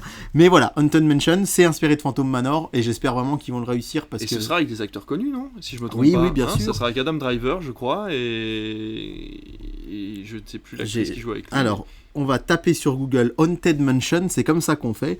Ce sera avec Jared Leto. C'est pas Jared Leto, voilà. Jared Leto, Owen trompé. Wilson, Tiffany Haddish, Jamie Lee Curtis et Danny DeVito, ainsi que Rosario Dawson. Donc ça va être vraiment le gros casting quoi. Donc ça va pas être un film d'horreur, ça va être un espèce de film à sensation un peu comme Fantôme contre Fantôme quoi. Et Ryan Gosling. J'ai oublié un petit nom comme ça. Bah oui, comme ça. Donc pour l'instant, c'est prévu donc pour cet été, mais apparemment, il y a quand même beaucoup de travail sur la post-prod, et ils ont vraiment envie que ce soit réussi, et tant mieux. Donc, j'ai vraiment hâte de voir ce que ça va donner. Tu m'as aussi signalé Equalizer 3. Ouais, alors j'aime bien les deux premiers. Je vois ta liste là sous les yeux. Les 3 films que tu as cités, je les attends certainement plus qu'Equalizer 3, mais je trouve que les deux premiers restent quand même assez qualitatifs pour du film d'action. Tout à fait. Film d'action, coup de poing, coup de pied au cinéma, et du coup j'ai hâte de voir le 3 et je m'arrêterai là. Ouais, complètement. Oui, donc en fait dans les 3 films que j'ai sélectionnés, mais je pense que tu les as pas pris parce qu'encore une fois t'as essayé de faire une sélection la plus succincte possible, on avait Gran Turismo fait par Neil Blomkamp, donc le mec qui a fait quand même District 9, Chappie, et qui a fait Chappie aussi, Elysium, voilà. Il a pas fait Chapeau par contre, c'était pas lui. C'est vrai, il a pas fait le deuxième. Ça faut pas que ça soit coupé. Ah bah non, faut pas couper ça. On on a également donc Ninja Turtle, on en a parlé tout à l'heure en disant qu'on n'était pas sûr justement. C'est pas parce que l'écran s'éteint que tu ne passes pas à la caméra. Hein. Je sais, mais circuler. A priori, il devrait sortir en salle, on espère, mais c'est vrai que, encore une fois, on n'est pas à l'abri sur certains films qui sont rachetés par une plateforme. Et bon, c'est Ninja Turtles, franchement, un film d'animation sur les Tortues Ninja, si ça sort en salle, c'est topissime, et je mets plein de S à topissime. Complètement. Et alors là, question, c'est l'inconnu. C'est un nouveau film DC Comics qui s'appelle Blue Beetle. Ouais. Mais alors, impossible, enfin si, ça aura des liens, mais alors, est-ce qu'il y aura des ramifications assez fortes dans le monde existant de DC Comics ou pas, encore une fois, comme The Flash ou comme Aquaman dont on parlera tout à l'heure, c'est très compliqué à savoir, le héros est nouveau, il est peu connu du grand public. Il est peu connu du grand public. Il est intéressant, mais c'est vrai que ça va être très dur de faire venir les gens en salle, un peu comme Shazam, vraiment, il va falloir... très bien travailler la bande-annonce, très bien travailler le personnage, parce que Blue Beetle, ce n'est pas un des héros les plus fédérateurs de chez DC Comics, loin de là. C'est le moins qu'on puisse dire, moi je l'aime beaucoup, mais c'est vrai que si je lis quand même pas mal de comics, et le grand public, je pense que Blue Beetle, ça va pas leur parler du tout, mais remarque que Black Adam non plus. Hein. Et non. Black Adam, c'est vrai que du coup, toute la com a été faite autour de Dwayne Johnson, autour du fait film d'action, c'est un petit peu... ça va être un petit peu pareil, je pense, sur Blue Beetle, dans le sens où... déjà, l'esthétique du film a l'air assez léchée. Je sais pas si tu as vu cette affiche un peu violette-bleue tout à fait. Qui quand même donne pardon, qui donne un aspect vraiment presque psychédélique au film. Mais par contre, effectivement, quand on regarde le casting, c'est pas un film qui fait venir sur son casting comme on aurait pu venir voir Black Adam pour voir Dwayne Johnson. C'est ça. Même s'il y aura Sharon Stone, c'est vrai que tu vas pas voir un film DC Comics pour Sharon Stone. Quoi. Non, voilà, donc à voir. Perso, comme je suis fan de DC, j'ai hâte de le voir, mais on n'en sait pas beaucoup plus en fait. Puis encore une fois, c'est des films qui sortent dans longtemps. On n'a pas vu de teaser, le synopsis n'est pas encore très étoffé. Une photo de tournage qui a fuité, puis c'est tout. Oui, je l'ai vu, effectivement. Et c'est pas très significatif, cette photo, finalement. On passe au mois d'octobre, on reste dans les comics, puisqu'on a tous les deux choisi de parler de Kraven, dont on a parlé dans la dernière émission d'ailleurs, puisqu'il y aura Aaron Taylor Johnson à l'intérieur en tant qu'acteur principal. Exactement. Et ça fait partie du coup du Sonyverse donc, et donc de la partie Spider-Man. C'est l'un des fameux méchants, comme ça a été le cas pour Morbius par exemple, ou Venom. Ils prennent des méchants, ils en font les héros de leur film, et ça devient un petit peu des anti-héros en fait. C'est ça, il faut savoir que l'un des comics les plus cultes des fans de Spider-Man, et pour moi c'est un de mes préférés, c'est La Dernière Chasse de Kraven. Kraven est un chasseur, un chasseur qui arrive vraiment à tuer tout un tas de bêtes sauvages très très dures, très féroces, et son rêve c'est d'arriver à tuer Spider-Man dans les comics. Vraiment, il veut mettre l'araignée à son tableau de chasse. Et Aaron Taylor Johnson, on en a parlé la dernière fois, c'est un acteur que j'aime beaucoup. Donc je suis très très curieux de voir comment va évoluer le Sonyverse après Morbius et Venom, qui sont quand même relativement décevants l'un comme l'autre. Ouais, complètement, bien sûr. Même si Morbius... Oui. Moins pire que prévu. Ah oui, bien sûr. Mais j'ai passé pas un si mauvais moment que ça, mais je l'ai presque complètement oublié. On va se faire taper dessus avec ce que je viens de dire, mais bon, c'est pas grave. En octobre, moi j'ai noté également Gueule Noire, qui est un film de Mathieu Turi. Alors Mathieu Turi, on le connaît pas forcément, mais moi j'ai vu son premier film qui a été diffusé dans notre cinéma, parce que je l'avais demandé, c'est Méandre. Qui était un film d'horreur très anxiogène, c'est très bien très de bien citer fait. Du film français parce que on le dit, vous pouvez avoir l'impression qu'on n'en parle pas, mais j'ai une passion pour le film de genre français et pour le film français en général depuis 2-3 ans, depuis la réouverture des cinémas, où je trouve que vraiment le cinéma se lance dans une expérience, dans des tentatives qui sont à souligner. Donc je pensais parler de Gueule Noire, qui là pour le coup ne sera pas un film d'horreur, ça parlera vraiment des mineurs en fait dans le Nord, et donc ça peut être très intéressant aussi. Et Mathieu Turi m'a vraiment très impressionné avec le peu de budget qu'il a eu sur Méandre, d'avoir réussi à faire ça. Donc j'ai hâte de voir Gueule Noire. On précise qu'on n'a pas cité septembre, parce qu'on est passé d'août à octobre, c'est normal. C'est que c'est en septembre, il n'y a rien. Il n'y a rien qui, pour l'instant, et encore une fois, toutes les dates là sont très théoriques. Oui. À partir de jusqu'à mai-juin, encore à peu près, on a ce qu'il nous faut, mais là c'est théorique. Et surtout, les films français ne communiquent presque pas leur date de sortie. Enfin, on vous cite pratiquement que des films américains, mais c'est pas parce qu'on veut pas avoir de films français en fin d'année, c'est juste que les films français communiquent très tard sur leur date de sortie. C'est ça, complètement. Donc septembre, et puis de toute façon le mois de septembre c'est toujours un mois où vous aurez la rentrée du cinéma pour pouvoir voir les films de juillet et d'août, mais c'est vrai que septembre souvent c'est un petit peu la pause. C'est un peu plus calme, en attendant octobre où ça repart. C'est ça. Donc en novembre par contre ça va repartir, et pas pour rien, puisqu'on va avoir Dune partie 2. Dune partie 2, premier Dune absolument extraordinaire, Denis Villeneuve, qu'on connaît pour Blade Runner 2049. Si je devais faire le podium de mes attentes, ce serait le numéro 1. Vraiment, c'est Ouais. le film que j'attends le plus en 2023. Le 1 m'a bluffé. Denis Villeneuve est un des plus grands réalisateurs de sa génération. Premier Contact me bouleverse à chaque fois que je le vois. Prisoner, c'était incroyable. Extraordinaire. J'ai pas vu Blade Runner 2047. Sicario, mais Sicario qui était Ouais, non, extraordinaire. mais voilà, bien Denis sûr. Villeneuve, c'est un maître du cinéma. Il s'attaque à de l'inadaptable avec Dune et il l'adapte avec brio. Les romans de Frank Herbert, c'est vraiment des chefs-d'œuvre de littérature C'est de ça. science-fiction. Donc c'est le film que j'attends le plus, moi, perso. Ouais, complètement. Et puis vous pouvez vous faire toute la filmographie de Denis Villeneuve en attendant, parce que vraiment, que ce soit son premier film Incendie jusqu'à jusqu'à Dune, c'est vraiment que du bon.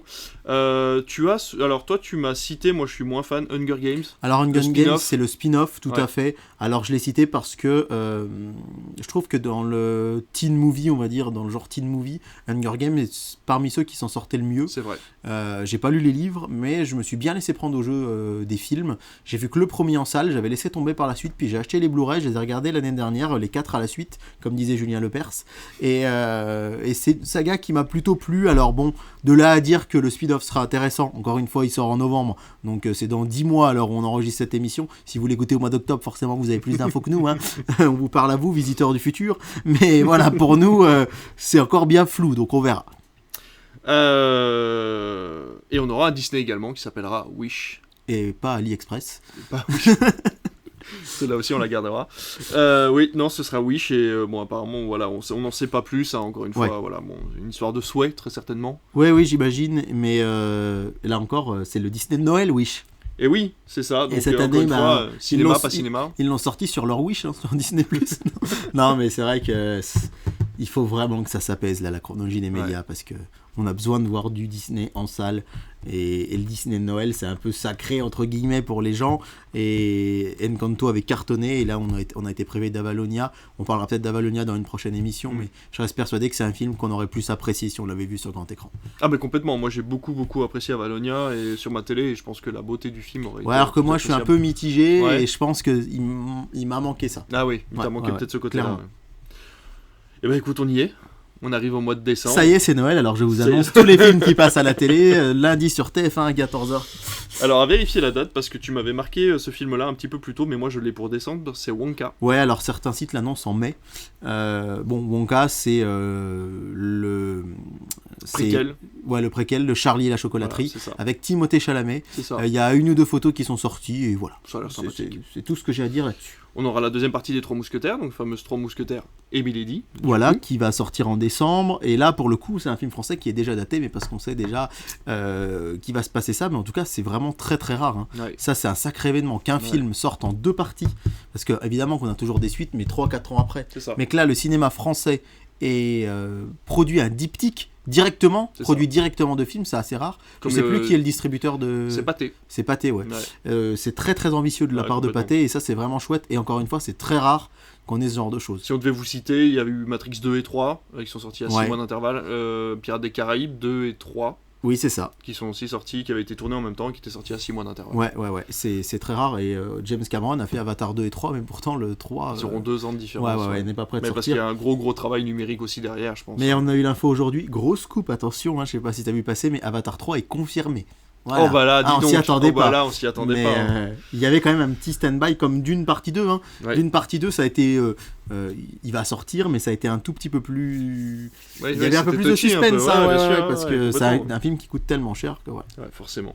On aura Aquaman 2, donc on en a parlé tout à l'heure, voilà, suite d'Aquaman. Ouais, alors sachant Autre chose à dire que aussi, hein. Jason Momoa devrait revenir dans le rôle, donc reviendra dans Aquaman 2, mais c'est le seul acteur qui serait conservé dans le DC Universe de James Gunn, mais pas en tant qu'Aquaman. Oh là là. Il devrait jouer un autre personnage dont j'ai oublié le nom, un personnage d'ici beaucoup plus qu'on connaît beaucoup moins, et du coup, bonne ou mauvaise idée, je sais pas, parce que soit on recommence tout, mais garder un même acteur, c'est un peu casse-gueule, Bah si on ouais, peut je le dire. trouve aussi, ouais.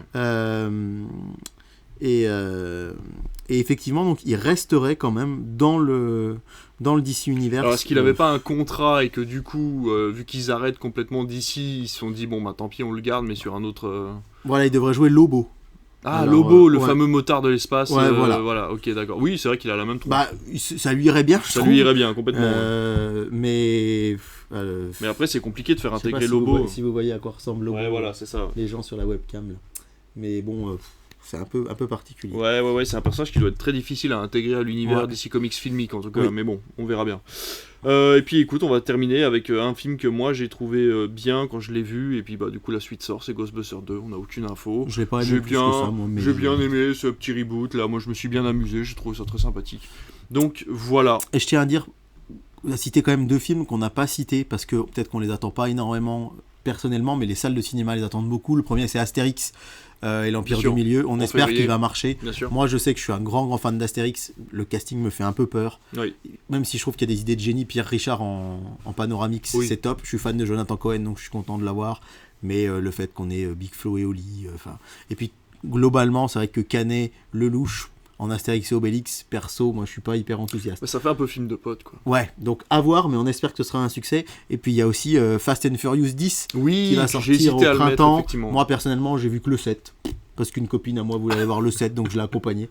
Et voilà, mais je sais qu'il y a beaucoup de gens qui l'attendent. Et en général, quand on a les Fast and Furious, Universal, ils sont cool, ils nous les filent souvent en sortie nationale. Ouais. Et ça ça a marche beaucoup de très ça a fort. beaucoup de Donc succès. c'est des films, Astérix et Fast and Furious, c'est pas parce qu'on les a pas cités, c'est parce que nous, à titre personnel, On les a. moi Fast and Ouais, Furious, on je les l'attends attend pas, plus que- et ouais. Astérix, je vais voir, j'irai le voir, mais les salles de cinéma les attendent beaucoup, et c'est pas du tout qu'on méprise ces 2 films-là, ouais, non, mais mais- c'est juste que c'était pas trop... Oui, notre moi je suis un grand fan des 5 premiers Fast and Furious. Où je trouve que vraiment, déjà le premier, je peux le regarder en boucle sans aucun problème. Ouais. Je trouve que c'est un film vraiment, c'est un polar, tout ce qu'il y a de plus classique qui se passe dans le monde du tuning. Le 2 est complètement autodérision à mort, c'est vraiment... Et puis voilà, donc non, aller jusqu'au 10. Le 9, c'est vrai que j'ai été très déçu, c'est vraiment c'est vraiment pas bon. Mais voilà, pourquoi pas, le 10, ça peut reprendre. Il y avait justement la période avec Dwayne Johnson où ils avaient un peu remis Ouais, c'est ce qu'on m'a les dit bouchées beaucoup, doubles, c'était très bien. Puis maintenant qu'il est reparti, puisqu'il s'est disputé avec Vin Diesel en... Bon, bah que c'est comme ça. Bon, Nous- voilà. Nous, on s'engueule pas, on est toujours là. Bah oui, on est toujours là, effectivement. Donc on a fini ce tour des films de 2023 et on va passer à ta section télé. Eh bien écoute, ça m'a fait plaisir de voyager dans le temps et de partir en 2023 avec Ah bah toi. moi, ça y est, j'ai envie d'aller voir tous les films, Ah bah, mais moi vraiment, aussi, mais c'est là, moi, horrible. je suis C'est hype horrible. de chez hype. On a encore plein de films de prévus, nous, pour le mois de janvier. On veut déjà être au mois d'octobre ou au mois de juillet, donc c'est un peu compliqué. Mais on va y arriver, on verra plein de films dont on ne vous a pas parlé. Hein. Bah oui, c'est Il y a ça. énormément de choses qui vont sortir, qu'on ira sûrement voir en salle, Voilà. et dont on n'a pas là On encore a parlé les de- infos. Ou voilà. Donc pour l'instant, on vous a donné vraiment les Ouais. gros films qui étaient déjà prévus depuis plusieurs mois. Et puis au fur et à mesure, on vous en parlera d'autres quand ça apparaîtra C'est ça, au fur et à mesure de l'année. évidemment. Ça, c'est vraiment un petit exercice rigolo du début d'année. On avait fait ça il y a 2 ans, de se projeter, mais on a parlé de 20-25 films. Ouais. L'année dernière, j'en ai vu 70-80. Donc, effectivement, on va en voir beaucoup plus. On va C'est avoir ça. beaucoup d'autres choses à parler. Mais c'est sympa, toujours en début d'année, de se projeter et de Ouais, s'imaginer complètement. jusqu'à Noël prochain ce qui va sortir. C'est clair. Enfin, en tout cas, on passe tout de suite à ta section TV. C'est parti, jingle.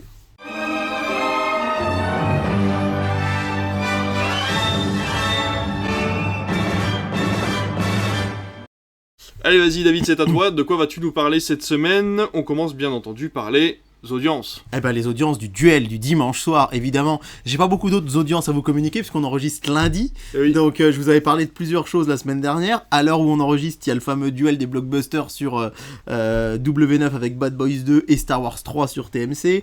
Va y avoir demain, à l'heure où on enregistre, le premier Prime pour Sonic.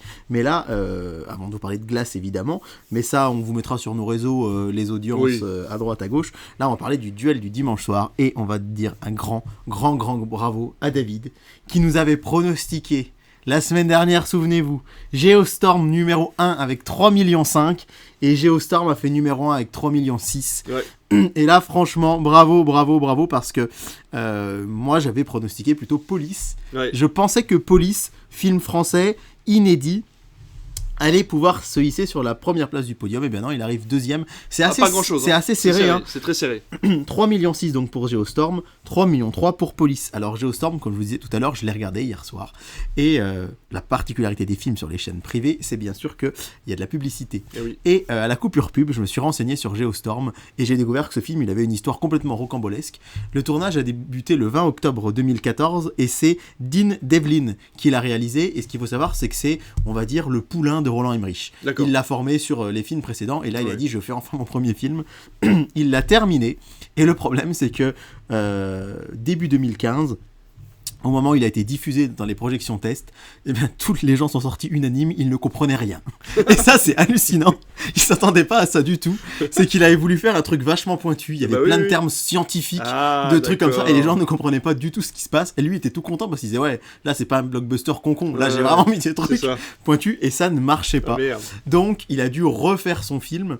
Et là où je vous disais que finalement, c'est pas si mal, c'est que je trouve que des films comme Moonfall, qui sont vraiment, excusez-moi l'expression, un peu con, où Moonfall, c'est une horreur. Ouais, vraiment, je trouve vraiment. Ouais. Là, c'est un peu plus intelligent. Ils imaginent un monde dans lequel on a réussi à contrôler le climat. Donc, il y a un immense satellite au-dessus de la Terre qui s'appelle The Dutch Boy, quelque chose comme ça, qui permet de protéger la Terre des catastrophes naturelles. D'accord. Et là, il va se détraquer. Et on va très très vite se rendre compte au début du film que c'est quelqu'un qui le détraque volontairement. Donc tout à coup, il va se mettre à y avoir des tempêtes de glace dans le Sahara, il va y avoir des éruptions des volcaniques là où il n'y a pas de volcan, enfin des choses comme ça. Et ils essayent de trouver la solution. Donc finalement, c'est pas si bête que ça, la fin est un peu attendue. Gérard Butler, moi je l'aime bien. Je trouve que c'est pas... je l'aime bien, c'est pas... Il y a pire, je trouve, en acteur. Bien sûr. Il y a pire. Et du coup... Il a sauvé le président 3 fois. Voilà. Là, il est un peu en bisbille avec le président à un moment, sans trop vous spoiler, mais bref, vous verrez ça si vous regardez Geostorm. Et ce qui est rigolo, donc, pour revenir sur ce film, c'est que ils ont dû faire plein de reshoots pour que les gens comprennent, et ça c'est assez drôle. Et puis ils se sont rendus compte qu'il y a des acteurs que ça allait pas.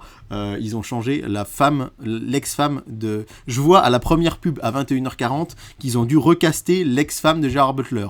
Je découvre ça, je me dis ah bah tiens, on l'a pas encore vu dans le film. Et à la fin, je me rends compte qu'on la voit 1 minute 30 à la fin du film. Donc je sais pas pourquoi ils ont recasté, parce qu'ils ont mis une autre actrice à sa place.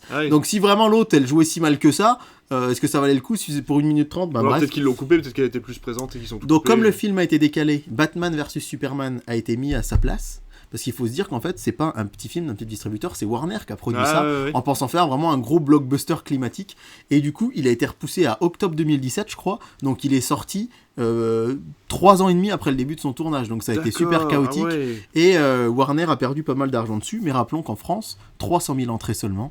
4,6 millions lors de sa première diffusion à la télé en 2020 et encore 3,694 hier soir, dimanche soir, puisque nous on enregistre lundi, c'est quand même assez fou. Je note les enquêtes de Van der Valk sur France 3, 3e, Capital à la 4, alors avec 2,2 millions et Capital très serré, 2 189 à la 4e place. Le thème de Capital, c'était comment réussir à ne pas sombrer en fin de mois, plein de petites astuces du quotidien pour réussir à garder un petit peu d'argent sur le compte à la fin du mois, et je pense que ça a pas mal parlé aux gens.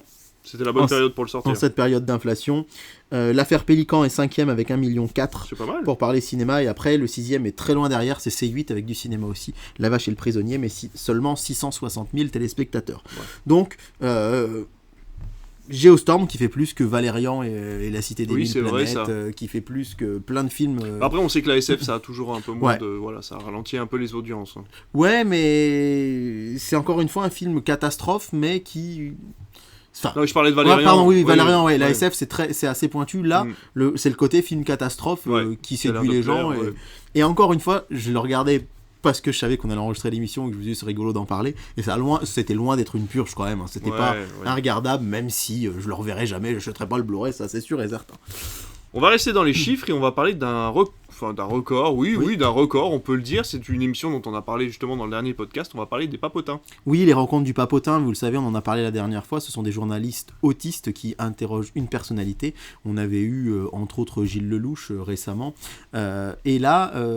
lors des dernières émissions, on avait une moyenne de 3 millions de téléspectateurs, et là on est monté à 4,5 millions avec la présence d'Emmanuel Macron, président de la République, qui s'est prêté à ce jeu de l'interview. Alors c'est vrai que c'est une interview qui était assez intéressante parce qu'ils ont osé lui poser des questions assez inattendues, très personnelles, intimes, sur le fait qu'il se soit marié avec sa prof, sur le fait qu'il n'ait pas eu d'enfant lui-même, un peu moins de questions politiques finalement, et c'est vrai que l'exercice était intéressant, difficile de quand même de pas y voir un exercice de com, d'autant que j'ai cru entendre ces dernières heures que la cote de popularité se porterait plutôt mieux depuis cette émission, donc voilà. Néanmoins, je peux que saluer le travail de ces journalistes autistes qui vraiment mettent en avant tous ces troubles autistiques qui sont présents dans la société, qui sont différents. L'autisme, c'est quelque chose de difficile à diagnostiquer parce que ce qu'on appelle les TSA, les troubles du spectre autistique, il y en a plein de différents. Et je trouve que c'est une émission qui au moins met en valeur Tout à fait. de très belle manière les personnes qui souffrent de ce handicap. Et j'ai hâte de voir les suivants. C'est vrai que là c'était quand même un gros événement, Ouais. mais je préfère quand même quand c'est un acteur, il a rien à y gagner à C'est aller ça. là-bas, ou là bon, ça aurait été un président qui n'était plus en exercice, ça aurait été un peu différent. Complètement. Là évidemment on peut pas s'empêcher de penser un petit peu à la cote de popularité qui s'envole juste après l'émission. De France 2, on va passer à M6 et on part dans la nostalgie, puisqu'une une série très très connue, une des premières séries courtes d'ailleurs, qui se situait après le journal, va fêter ses 20 ans. Et oui, c'est Caméra Café. Alors moi, j'adorais Caméra Café quand j'étais plus jeune. C'est vraiment une série qui est apparue à la fin des années 90. Ça a duré relativement peu de temps, Caméra Café. Ça a duré 3-4 ans seulement. C'était un programme court, donc, qui arrivait à peu près à la même époque qu'Un gars, une fille sur France 2. Un gars, une fille, c'était avant le 20h. Caméra Café, c'était à 20h40, ce qui était un horaire hyper stratégique parce que les JT étaient terminés. Et vous savez qu'entre 20h40 et le prime time, il y a souvent un long tunnel de pub avec la météo au milieu. Et en fait, les gens là zappaient. C'est d'ailleurs comme ça que des émissions comme Quotidien ou Touche pas à mon poste cartonnent aujourd'hui. Ouais. C'est qu'elles font leurs audiences sur les tunnels de pub de TF1 et de bah France oui, 2. Et bien là, à l'époque, Caméra Café, c'était un peu pareil. On va pas vous rappeler le principe en deux mots. Bruno Solo, Yvan Le Bolloc qui joue Hervé Dumont et Jean-Claude Convenant. Ça parodie le monde de l'entreprise. Et ça a été un immense carton qui a été suivi d'ailleurs à la fin de Caméra Café par Kaamelott. C'est la même boîte de production, CALT, C-A-L-T, c'est à la télé, la boîte de production de Jean-Yves Robin, avec Alain Capoff notamment, qui est un des auteurs phares de ça, qui a créé Caméra Café, et c'est la même boîte qui a fait Kaamelott par la suite. D'accord. Et qui a été donc le programme court d'M6 depuis la fin des années 90 jusqu'en 2009 avec Kaamelott. Et là aujourd'hui c'est Scène de ménage qui a pris le relais de ce créneau-là, mais sur des temps beaucoup plus longs. Caméra Café c'était 5-6 minutes, c'était 2 épisodes tous les soirs. À la fin de Caméra Café, on a eu droit à 2 films, Espace détente qui a été un plutôt bon succès pour le cinéma, et Le Séminaire beaucoup moins. Et il y a eu une nouvelle saison qui s'appelait Caméra Café, la boîte d'au-dessus, mais qui malheureusement n'a pas marché du tout avec Arnaud Ducret. C'est comme ça d'ailleurs qu'il a été un peu plus connu en France, mais le souci c'est qu'ils avaient pris exactement les mêmes codes que Caméra Café, ce qui était un petit peu dommage. On avait aussi Le Syndicaliste, on avait le VRP, il aurait peut-être fallu faire une société différente, faire quelque chose de complètement différent. Et c'est devenu culte, et c'est toujours diffusé sur Paris Première, la chaîne du groupe M6, qui est diffusée notamment sur Canal et sur la TNT payante, et sur tout un tas de bouquets télé. Et qui a fait son record d'audience d'ailleurs, j'ai lu ça, faudrait qu'on Paris Première en ce moment ça fonctionne très très bien. Et il y a beaucoup de gens qui disent d'ailleurs pourquoi est-ce que c'est pas Paris Première qui est en clair à la place de Sister, ou qui passe toute la journée La Petite Maison dans la Prairie, ou toute la journée alors que Paris Première ils ont une programmation quand même assez sympa, Kaamelott, Caméra Café, des émissions inédites, des films aussi, point de vue cinéma c'est assez intéressant, des talk shows originaux notamment avec Laurent Ruquier, et donc Caméra Café revient, et on a la date de diffusion pour les 20 ans, c'est le mardi 24 janvier prochain sur M6. Je souhaite joyeux anniversaire à ma chérie si elle m'écoute, ce sera son anniversaire, mais je serai pas avec toi, je regarderai Caméra Café. Je plaisante, on sera pas ensemble de toute façon ce soir-là, mais donc une fiction spéciale à 90 minutes pour ses 20 ans. Alors c'est vrai que moi j'étais un peu déçu parce qu'en tant que fan à l'époque, alors ça a pas forcément très bien vieilli Caméra Café, il y a certains sketchs qui ne passeraient plus maintenant, et qui à l'époque c'était pas la même époque, pas le même humour, et moi c'est vrai que je me rendais pas compte de tout ça. Faut dire aussi que j'avais 13-14 ans quand ça passait Caméra Café, et là en fait j'avais l'espoir qu'il y ait une nouvelle série et que ça redevienne récurrent, mais non, ils ont juste fait un épisode de 90 minutes qui va alors visiblement éluder les 2 films. Parce que les 2 films, ce qui avait un peu gêné les gens, ce que je peux comprendre, c'est qu'il y avait plein de mystères autour de Caméra Café. On savait pas le nom de la boîte, on savait pas dans quelle ville ça se trouvait, on savait pas ce qu'ils produisaient ni ce qu'ils fabriquaient, et ça avait un peu cassé tout ça quand on avançait, qu'on voyait dans les couloirs les gens, ça avait un peu brisé le rêve de l'imagination. Donc là, visiblement, on revient dans la suite et de Caméra Café, la série, et 20 ans plus tard, avec les mêmes protagonistes. Il y a pratiquement tout le cast qui est revenu, il y a même un événement, c'est le retour de l'acteur Alexandre Pell, qui joue Sylvain, qui en fait était très très très fâché avec Bruno Solo et Yvan Le Bolloc. Il n'a pas tourné dans le deuxième film, et vraiment par médias interposés, ça se parlait de points de la gueule et de trucs comme ça, ils étaient vraiment hyper fâchés, et là visiblement, les choses seraient revenues dans l'ordre, et c'est revenu, sans trop spoiler les gens. Il y a juste un acteur, c'est l'acteur qui jouait Serge, le psychologue, qui est devenu pêcheur en haute mer, et qui n'était pas disponible pour le tournage, c'est assez fou.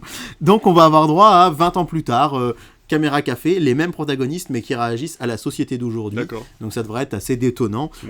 Pour info, les gens qui ont Salto, c'est déjà disponible, hein. Vous pouvez déjà le voir. Et il a été mis en avant-première sur Salto. Et ce sera toute une soirée, puisqu'en deuxième partie de soirée, on aura le droit à les coulisses de Caméra Café, les 20 ans, et les coulisses de la série, des interviews des acteurs qui raconteront pourquoi tout cela est culte. Et surtout, et après, ensuite, plutôt à minuit 10, on aura un programme qui n'est sorti qu'en DVD jusqu'à présent, qui s'appelle La Crème de Caméra Café, et c'est le bonus des meilleurs épisodes. Alors certes, les épisodes sont déjà passés à la télé, mais sous ce nom et sous cette compile, ce n'était qu'un DVD qui s'appelle La Crème de Caméra Café. Donc en fait, à 21h, vous aurez pendant 90 minutes jusqu'à 22h30 en gros, les 20 ans de Caméra Café, la fiction, puis après de 22h30 à minuit, les coulisses, le côté making of et puis histoire de la série, et après vous aurez les tout meilleurs épisodes, vraiment la crème de Caméra Café, les meilleurs épisodes à minuit 10. Donc je voulais vraiment vous en parler parce que moi j'attends beaucoup de ce programme, parce que c'est toute mon adolescence qui va remonter à la surface avec Caméra Café le 24 janvier donc sur M6. C'est vrai que j'avais un peu de mal moi avec Caméra Café, parce que quand je suis arrivé, ça venait de commencer, mais j'arrivais de Belgique, et l'humour en Belgique est pas du tout le même. Ouais, j'imagine. Et quand tu arrives en France et que tu te retrouves face au Splendide et Caméra Café, qui sont des humours, on va dire, assez méchants, entre guillemets, tu vois, qui attaquent vraiment autant les autres intervenants que le spectateur. C'est vrai que moi j'ai eu un peu de mal avec cet humour-là. Ça m'empêchait pas de regarder tous les soirs, parce que M6 restait quand même la chaîne la plus moderne de l'époque pour nos âges, et sûr. On aimait bien être devant le truc à la mode, et puis le lendemain, encore une fois, dans la cour de l'école, tu pouvais te marrer avec les répliques cultes de Caméra Café, quoi. Tout à fait. On va parler de C8 cette fois-ci, qui nous a fait une belle frayeur, puisque la truelle n'était plus une truelle, la fameuse truelle du lundi, ce combat des trois films du lundi n'était plus, et en fait finalement c'était pour revenir le vendredi. Et voilà. Et alors, si tu te souviens bien, David, on en a parlé pas mal sur Critflix en 2021, puisque, alors, rappel historique, je le fais à chaque fois, mais encore très brièvement, mais c'est important. Jusqu'à il y a quelques années, on n'avait pas le droit de diffuser de films à la télé le mercredi soir, le vendredi soir, le samedi soir et le dimanche après-midi. Tout à fait. Pour préserver, disait-on, les salles de cinéma. Parce qu'on disait que si les gens regardaient du cinéma à la télé, ils n'iraient pas en salle. Sauf que cette règle, elle est devenue complètement obsolète avec l'arrivée des plateformes. Puisqu'avec les plateformes, on peut regarder un film quand on veut, où on veut. Le mercredi soir a été très vite investi, il y a beaucoup de films qui passent. Et le vendredi et le samedi, c'est plus timide. Les gens n'ont pas l'habitude de voir ça en salle. Et autant le mercredi, pour les gens, c'est un soir de la semaine comme les autres, les sorties nationales, bon... Voilà. Autant le vendredi et le samedi, les gens sont pas encore vraiment habitués. Et C8 s'était lancé à l'époque, je sais pas si tu te rappelles, on en avait beaucoup parlé sur Critflix. Dans du cinéma, ils avaient décidé de se mettre à passer des blockbusters le vendredi soir. Oui, je me rappelle, on avait parlé de ça. Pour les familles qui n'ont pas les moyens d'aller au cinéma ou de se payer une plateforme, ils peuvent voir un blockbuster. Ils avaient passé notamment La Planète des Singes, version 2011-2015. Ils avaient passé les Ninja Turtles de Michael Bay. Exact. Et il s'est arrêté parce qu'il n'arrivait pas à passer le cap des 500 000 téléspectateurs. D'accord. Ça tournait autour de 500 000 et c'était pas forcément assez pour la chaîne. Et ça avait été remplacé par des spectacles d'humour, ça c'était ce qui passait avant en fait, tout simplement. Avant il y avait de l'humour sur C8 le vendredi soir, ils ont passé ça après. Et depuis l'année dernière, c'était les Années Sébastien. Les Années Sébastien, c'est un programme en fait qui est du recyclage. Ouais. C'est le plus grand cabaret du monde et les Années Bonheur de Patrick Sébastien qui sont remontés. D'accord. Et cette case-là, les Années Sébastien, était décalée au samedi. Parce que samedi, c'était là que Patrick Sébastien faisait ses émissions sur France 2. Et ils ont décidé, là, depuis début janvier, de repasser du cinéma. Et là, avec plutôt une politique plus éclectique. C'est-à-dire pas que du blockbuster, mais du cinéma pour tous les goûts. Alors, à l'heure où j'enregistre, on n'a qu'un seul recul d'audience, puisque c'est ce qui a été diffusé ce vendredi-là, le 6 janvier. Et donc, ils avaient choisi Darkest Mind Rebellion. Je sais pas si tu vois... oui, qui n'a eu qu'un seul thème, c'était encore un de ces livres pour ados qui avait été pris en film, qui était pas mal du tout. Et moi, j'avais trouvé pas mal. Il y avait celui-ci, et puis, pas eu de suite, et puis il y avait Dark Engines. Ces deux-là, je les ai trouvés vraiment... Mortal Engines, pardon. Mortal Engines et Darkest Mind Rebellion, et qui n'avaient pas...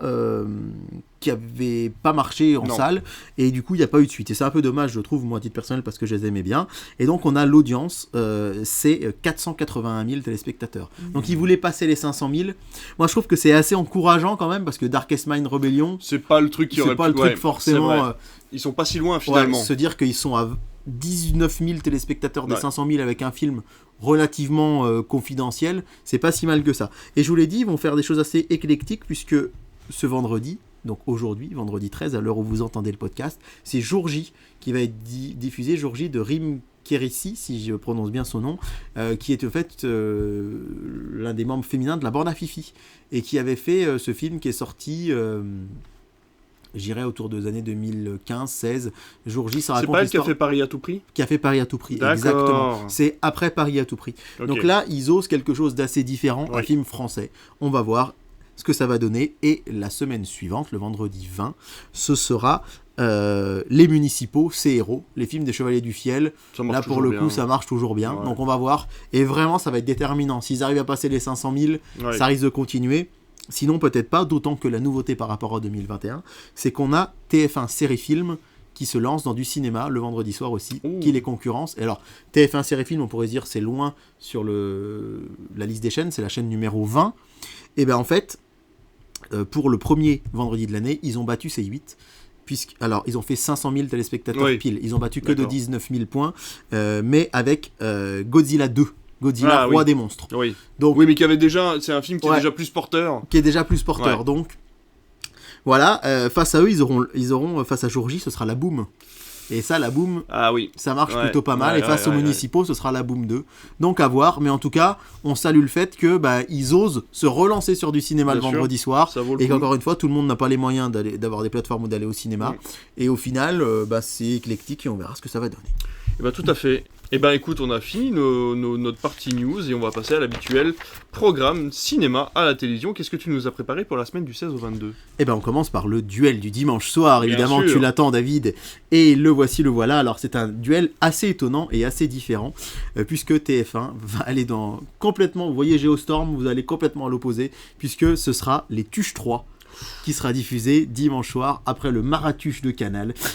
On aura donc les Tuches 3. D'ailleurs, Canal, on vous en veut, vous nous avez piqué l'idée. Hein. Le nom On a bien compris que vous nous écoutiez et que vous avez récupéré le nom.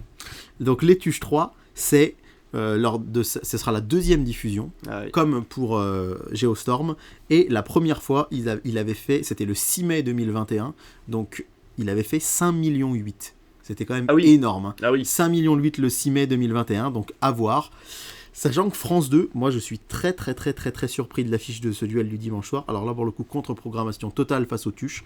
C'est Millennium, ce qui ne nous tue pas, nous rend plus forts. Mais alors, c'est la version. C'est la version norvégienne. norvégienne. Et surtout, c'est le 2. Ah oui. Et là, moi je suis scotché parce que, à ce que je sache, le 1 n'a jamais été passé par France Télé. Ça me dit rien. Il commence par le 2, qui est sorti en 2018. France 4, peut-être. Ouais, peut-être. Mais alors vraiment, je suis très très surpris. Alors, il pourrait Alors, passer de Girls with Tattoo, celui avec Daniel ouais, Craig, bah, quoi. voilà, ouais, ils auraient pu Mm. passer la version de David Fincher, Ouais, pardon, c'est ça, ouais. avec Daniel Craig. Là, ils passent le 2 de la version norvégienne. Alors, je sais pas, moi je les ai pas vus. Je sais pas si tu les as vus. Est-ce qu'il y a besoin d'avoir vu le 1 pour voir le 2 Je ne crois pas. Peut-être pas. Il me semble pas, parce qu'en fait, alors de ce que je me souviens, même les versions David Fincher, ça devait pas être des suites. Bah, de toute façon, David C'est Fincher, des- il y en a eu qu'un. Oui, mais justement, il a pas fait des s'il suites, devait en ouais. faire d'autres, ça devait pas être des suites parce que c'est des personnages récurrents mais des histoires indépendantes. Alors est-ce qu'ils vont jouer sur le fait, un peu comme France 3, de ces films, téléfilms, polars, un peu thriller, Je etc. pense, bah, c'est bien sûr. Et t'as là, à tout ce moment-là, compris. le score peut être intéressant. T'as tout compris, je pense qu'ils vont surfer là-dessus, dire Mm. regardez, c'est un film, Enfin, polar. c'est un polar, quoi. voilà, c'est une enquête. Et Ouais. puis pour le coup, c'est pas du tout les Tuches 3. Quoi. Je Ah veux bah dire, là, là, non, là, là, l'ambiance. t'as le choix entre la comédie ou le truc dramatique, quoi. On rappelle donc, que les Tuches 3, c'est celui où il devient président de la République. Ouais, c'est ça, que j'ai vu sur Canal, du coup, je me Ah suis, je me suis fait le Maratuche, enfin, j'avais déjà vu le premier et le deuxième, donc j'ai regardé le 3 et le 4. J'ai pas vu le 4. Je suis pas super fan des Tuches, j'aime même pas trop. Mais le 3, c'est vrai que c'est complètement. C'est complètement hallucinant. C'est complètement très drôle. déjanté. Enfin, C'est ouais. tellement déjanté que c'en est drôle. Ouais, voilà, c'est ça. parce que c'est pas du tout réaliste. C'est vrai que le 2 était un peu ridicule, il y a juste la blague des cartes qui est drôle. Oui, Tu peux, voilà. oui, je la vois. Je la vois bien. Je vais pas te la refaire, mais la blague des cartes est drôle. Donc voilà, l'affiche du duel du dimanche soir de ce dimanche 15 janvier, ce sera les Tuches 3 face à Millennium, ce qui ne nous tue pas, sur France 2. Est-ce qu'on fait un pronostic Ah du bah coup bien sûr, parce que t'as été tellement bon la dernière fois. C'est dur, là, mais c'est beaucoup plus dur que sur Geostorm. Parce que Ah, Geostorm, ouais. Police, on avait vraiment Ouais, deux ouais, publics ouais. complètement différents. Là, c'est très dur parce que c'est deux numéros, Tuche 3, Millennium 2. Ouais, Donc ouais. si les gens n'ont pas vu les premiers, ils vont se dire est-ce que je regarde ou pas. Allez, on va dire... Oula. On va dire... 4 millions, ça me semble beaucoup pour les Tuche 3 en deuxième diffusion quand même. Ah, moi je pense que ça va faire les 4. Ah ouais, tu penses 5 millions 6 pour le premier, sachant que le 2 pour sa deuxième diffusion avait fait pratiquement 5. Ah ouais. Donc je pense que... Allez, on va partir sur 4 millions... 4 millions pour les Tuche 3 et je tape sur 2 millions 2 pour Millennium. Moi je vais prendre un pari risqué, et je le souhaite pas parce que j'aime beaucoup France 2, mais je pense qu'ils vont faire moins de 2 millions. Moins de 2 millions. Et que ça va être un petit flop le Millennium. Je sais pas, je tente. Je tente moins de 2 millions et je pense que les Tuches sera peut-être sera autour de 4 millions 6. 4 millions 6. 1 million 2 de moins. À mon avis, t'es mieux placé que moi. C'était 5 millions 8 quand même, c'est fou. Hein. Et pour le reste de la semaine, du coup? Alors, pour le reste de la soirée, déjà les autres chaînes qui passent du cinéma rapidement, puisqu'on vous les annonce sur Critflix sur la page Instagram. C'est vrai. Ce sera Donnie Brasco sur Arte. Ah, bien. Que j'ai jamais vu. Et je pense que dimanche soir, si j'ai rien de prévu, je serai devant. Ça me tente bien. Hiver 54 sur C8, le film sur l'abbé Pierre. Oui. D'ailleurs, un film pour l'abbé Pierre est prévu cette année. On l'a pas cité, mais moi je sais avec que Benjamin Laverne. J'ai très envie de le voir Tout à fait. personnellement. W9, on continue. C'est la Vérité Jugement 1, là c'est le 2. Ouais. TFX, Jupiter, le destin de l'univers. Oh, très bien. L'avant-dernier film Wachowski. des sœurs Wachowski. Et c'est peut-être pas leur meilleur, mais il y a plein d'idées intéressantes. Ouais. Et c'est le plus ouvert au grand public. C'est pas très compliqué à regarder, quoi. C'est pas Cloud Atlas ou Matrix. Et puis il y a Channing Tatum, mais il se fait trop rare au cinéma, je trouve. C'est vrai. TF1 série film, ce sera dans la ligne de mire. Alors, c'est un film avec Clint Eastwood que j'avais vu ado sur France 2 et qui m'avait beaucoup marqué. Avec ce garde du corps du président des États-Unis. C'était assez sympa. Alors, c'est très différent puisque dimanche là, je vous rappelle, c'était Magic Mike XXL. Alors, exact. Pour le coup, ça n'a rien à voir. Et Sister, Divergente 2. Ah bah oui, puisqu'ils avaient passé le premier la semaine dernière. Forcément. Lundi soir, le Truel qui devient un duel. Alors, je suis désolé de vous dire quand même que je vous annonce un duel de blockbuster le lundi, mais vu que là ils sont en plein dans des sagas, c'est pas très original puisque ce sera Bad Boys 3 contre Star Wars 4. À l'heure où vous écoutez ce podcast, vous pouvez avoir les audiences de ce qui s'est passé lundi soir. Nous, c'est pas possible, on est lundi soir, à l'heure où on vous parle, chers visiteurs du futur. Mais je peux déjà vous donner les audiences de la semaine dernière pour vous dire que pour le coup, c'est une victoire quand même par KO de TMC avec Star Wars qui fait 230 000 entrées de plus, 230 000 téléspectateurs de plus, Star Wars 2 639 000 et Bad Boys seulement 404 000. D'accord. Mais bon, après c'est du... C'est du Star Wars, c'est forcément très populaire. Forcément. Sur France 2, c'est pas du cinéma, mais les épisodes 5 et 6 de Vortex. Je tiens à dire que David a tenu sa promesse. J'ai adoré. Il a regardé Vortex. J'ai adoré un épisode et demi pour l'instant.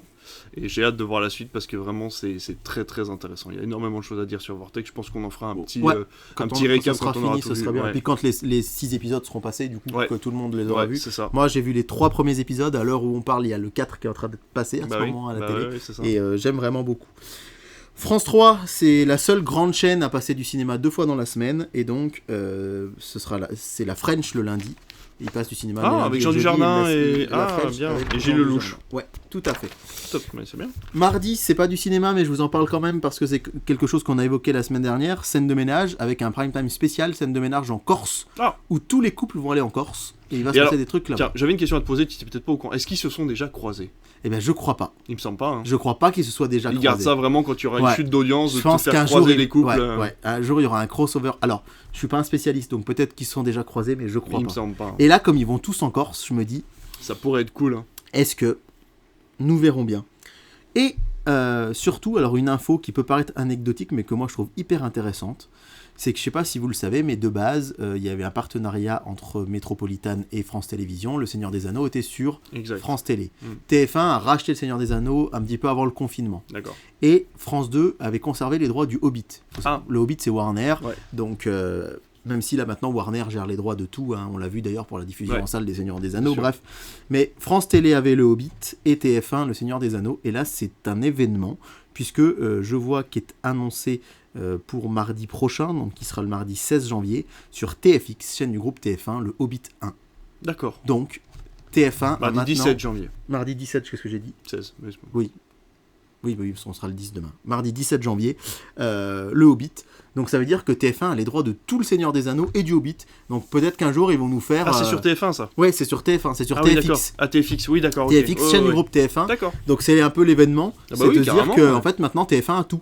Avant, ça fait du bien aussi de se dire qu'on voit le Hobbit à la télé. Ouais, c'est ça. Moi, je suis pas un grand fan de la saga, mais ça fait du bien de voir l'Heroic Fantasy, de tenter le coup. En prime time, sachant que, on le rappelle, mardi dernier, c'était la première diffusion en prime time de Sonic. Sur la même chaîne. C'est vrai que TFX risque de monter quand même au niveau des audiences en passant des gros films comme ça. C'est chouette. La dernière fois que le Hobbit était diffusé, c'était sur France 2, plutôt en après-midi pendant les fêtes de Noël. Et là, on se dit qu'on se plaît à rêver à ce que TFX va sans doute passer le 2 et le 3, et pourquoi pas les Seigneurs des Anneaux dans la foulée. Ça pourrait être vachement intéressant. Ça pourrait être l'occasion, pour moi, de réapprécier, parce que du coup, j'avais pas regardé le 2 et le 3, parce que j'avais pas aimé le premier. J'ai pas vu le 2 et le 3 non plus, mais j'ai les Blu-ray. Donc je peux toujours te les prêter. Mercredi, alors là, c'est fou quand même. C'est le programme de l'été de TF1 qui arrive sur TMC. Mais où est donc passée la 7ème compagnie? Mais non. Alors, ils tentent de le passer en hiver, d'habitude. Là, la dernière diffusion, c'était il y a 6 mois. Hein. Ça avait été, il y a 7-8 mois, c'était au mois de juin. Ça avait fait des scores à 4-5 millions de téléspectateurs sur TF1. Et là, TF1, du coup, file à la petite sœur en hiver en disant on va voir ce que ça va donner. Il faut savoir que TF1 n'a pratiquement plus aucun droit de vieux films. Les seuls films qu'ils ont des années 70, c'est la 7ème compagnie et Les Bronzés. Ah oui, d'accord. Il y a quelques années, ils avaient encore Le Cornio et La Grande Vadrouille. Ouais. Tous les Louis de Funès sont passés sur France Télévisions.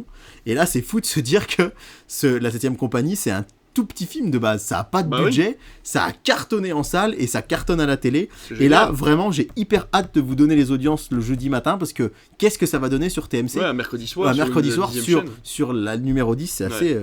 Après quotidien. Donc c'est-à-dire que ça commence à 21h30. Ouais. Mais ce qui est moins gênant, c'est que c'est des films qui durent pas longtemps. Oui. Donc ça finira pas à minuit. Jeudi, France 3, donc son deuxième prime de la semaine, ce sera Midway de Roland Emmerich. Que moi j'avais beaucoup aimé. Il est pas si vieux d'ailleurs. Non, il est pas vieux du tout. Même. Sa première 2018, c'est la deuxième fois. Il était déjà passé à la télé, c'est sa deuxième diffusion. Moi je suis pas fan d'Emmerich, mais celui-là j'avais vraiment bien aimé. Et rapidement, W9 ce sera L'Arnaqueur, TFX Matrix Reloaded après Matrix la semaine d'avant, et TF1 série film Ocean 12 après Ocean 11. Donc TFX entre le Hobbit, la saga Le Hobbit, Sonic, la saga Matrix. Pour les fans de blockbuster, il y a de quoi faire. Ouais, je trouve ça bien finalement que pendant l'hiver, comme ça, tu puisses te raccrocher à des sagas des jours de la semaine. C'est plutôt pas mal. Ouais, parce que effectivement, les soirs, c'est pas comme l'été, quoi, où les gens sortent, font des trucs. C'est ça. Et là, tu sais que l'hiver, t'es chez toi, de toute façon le soir, donc autant t'avoir une saga. T'as une saga et ça, c'est vraiment sympa. Et on termine avec le vendredi, avec quelque chose d'assez quand même incroyable. Je suis pas content Canal+. La semaine dernière, on a annoncé en grande pompe votre blockbuster du vendredi. Et ben Vlatipak, c'est une des premières fois qu'ils mettent pas de blockbuster le vendredi soir. Bah non. Canal+ passera à la place. Ça va être un blockbuster de l'humour, mais le dernier spectacle de Gad Elmaleh, qui s'appelle D'ailleurs, qui a pas encore été diffusé à la télé. C'est une production 100% Canal. Et ils le mettent à ce moment blockbuster entre guillemets. Ça revient, j'ai pu voir le vendredi d'après, ça revient, ce sera La Croisière.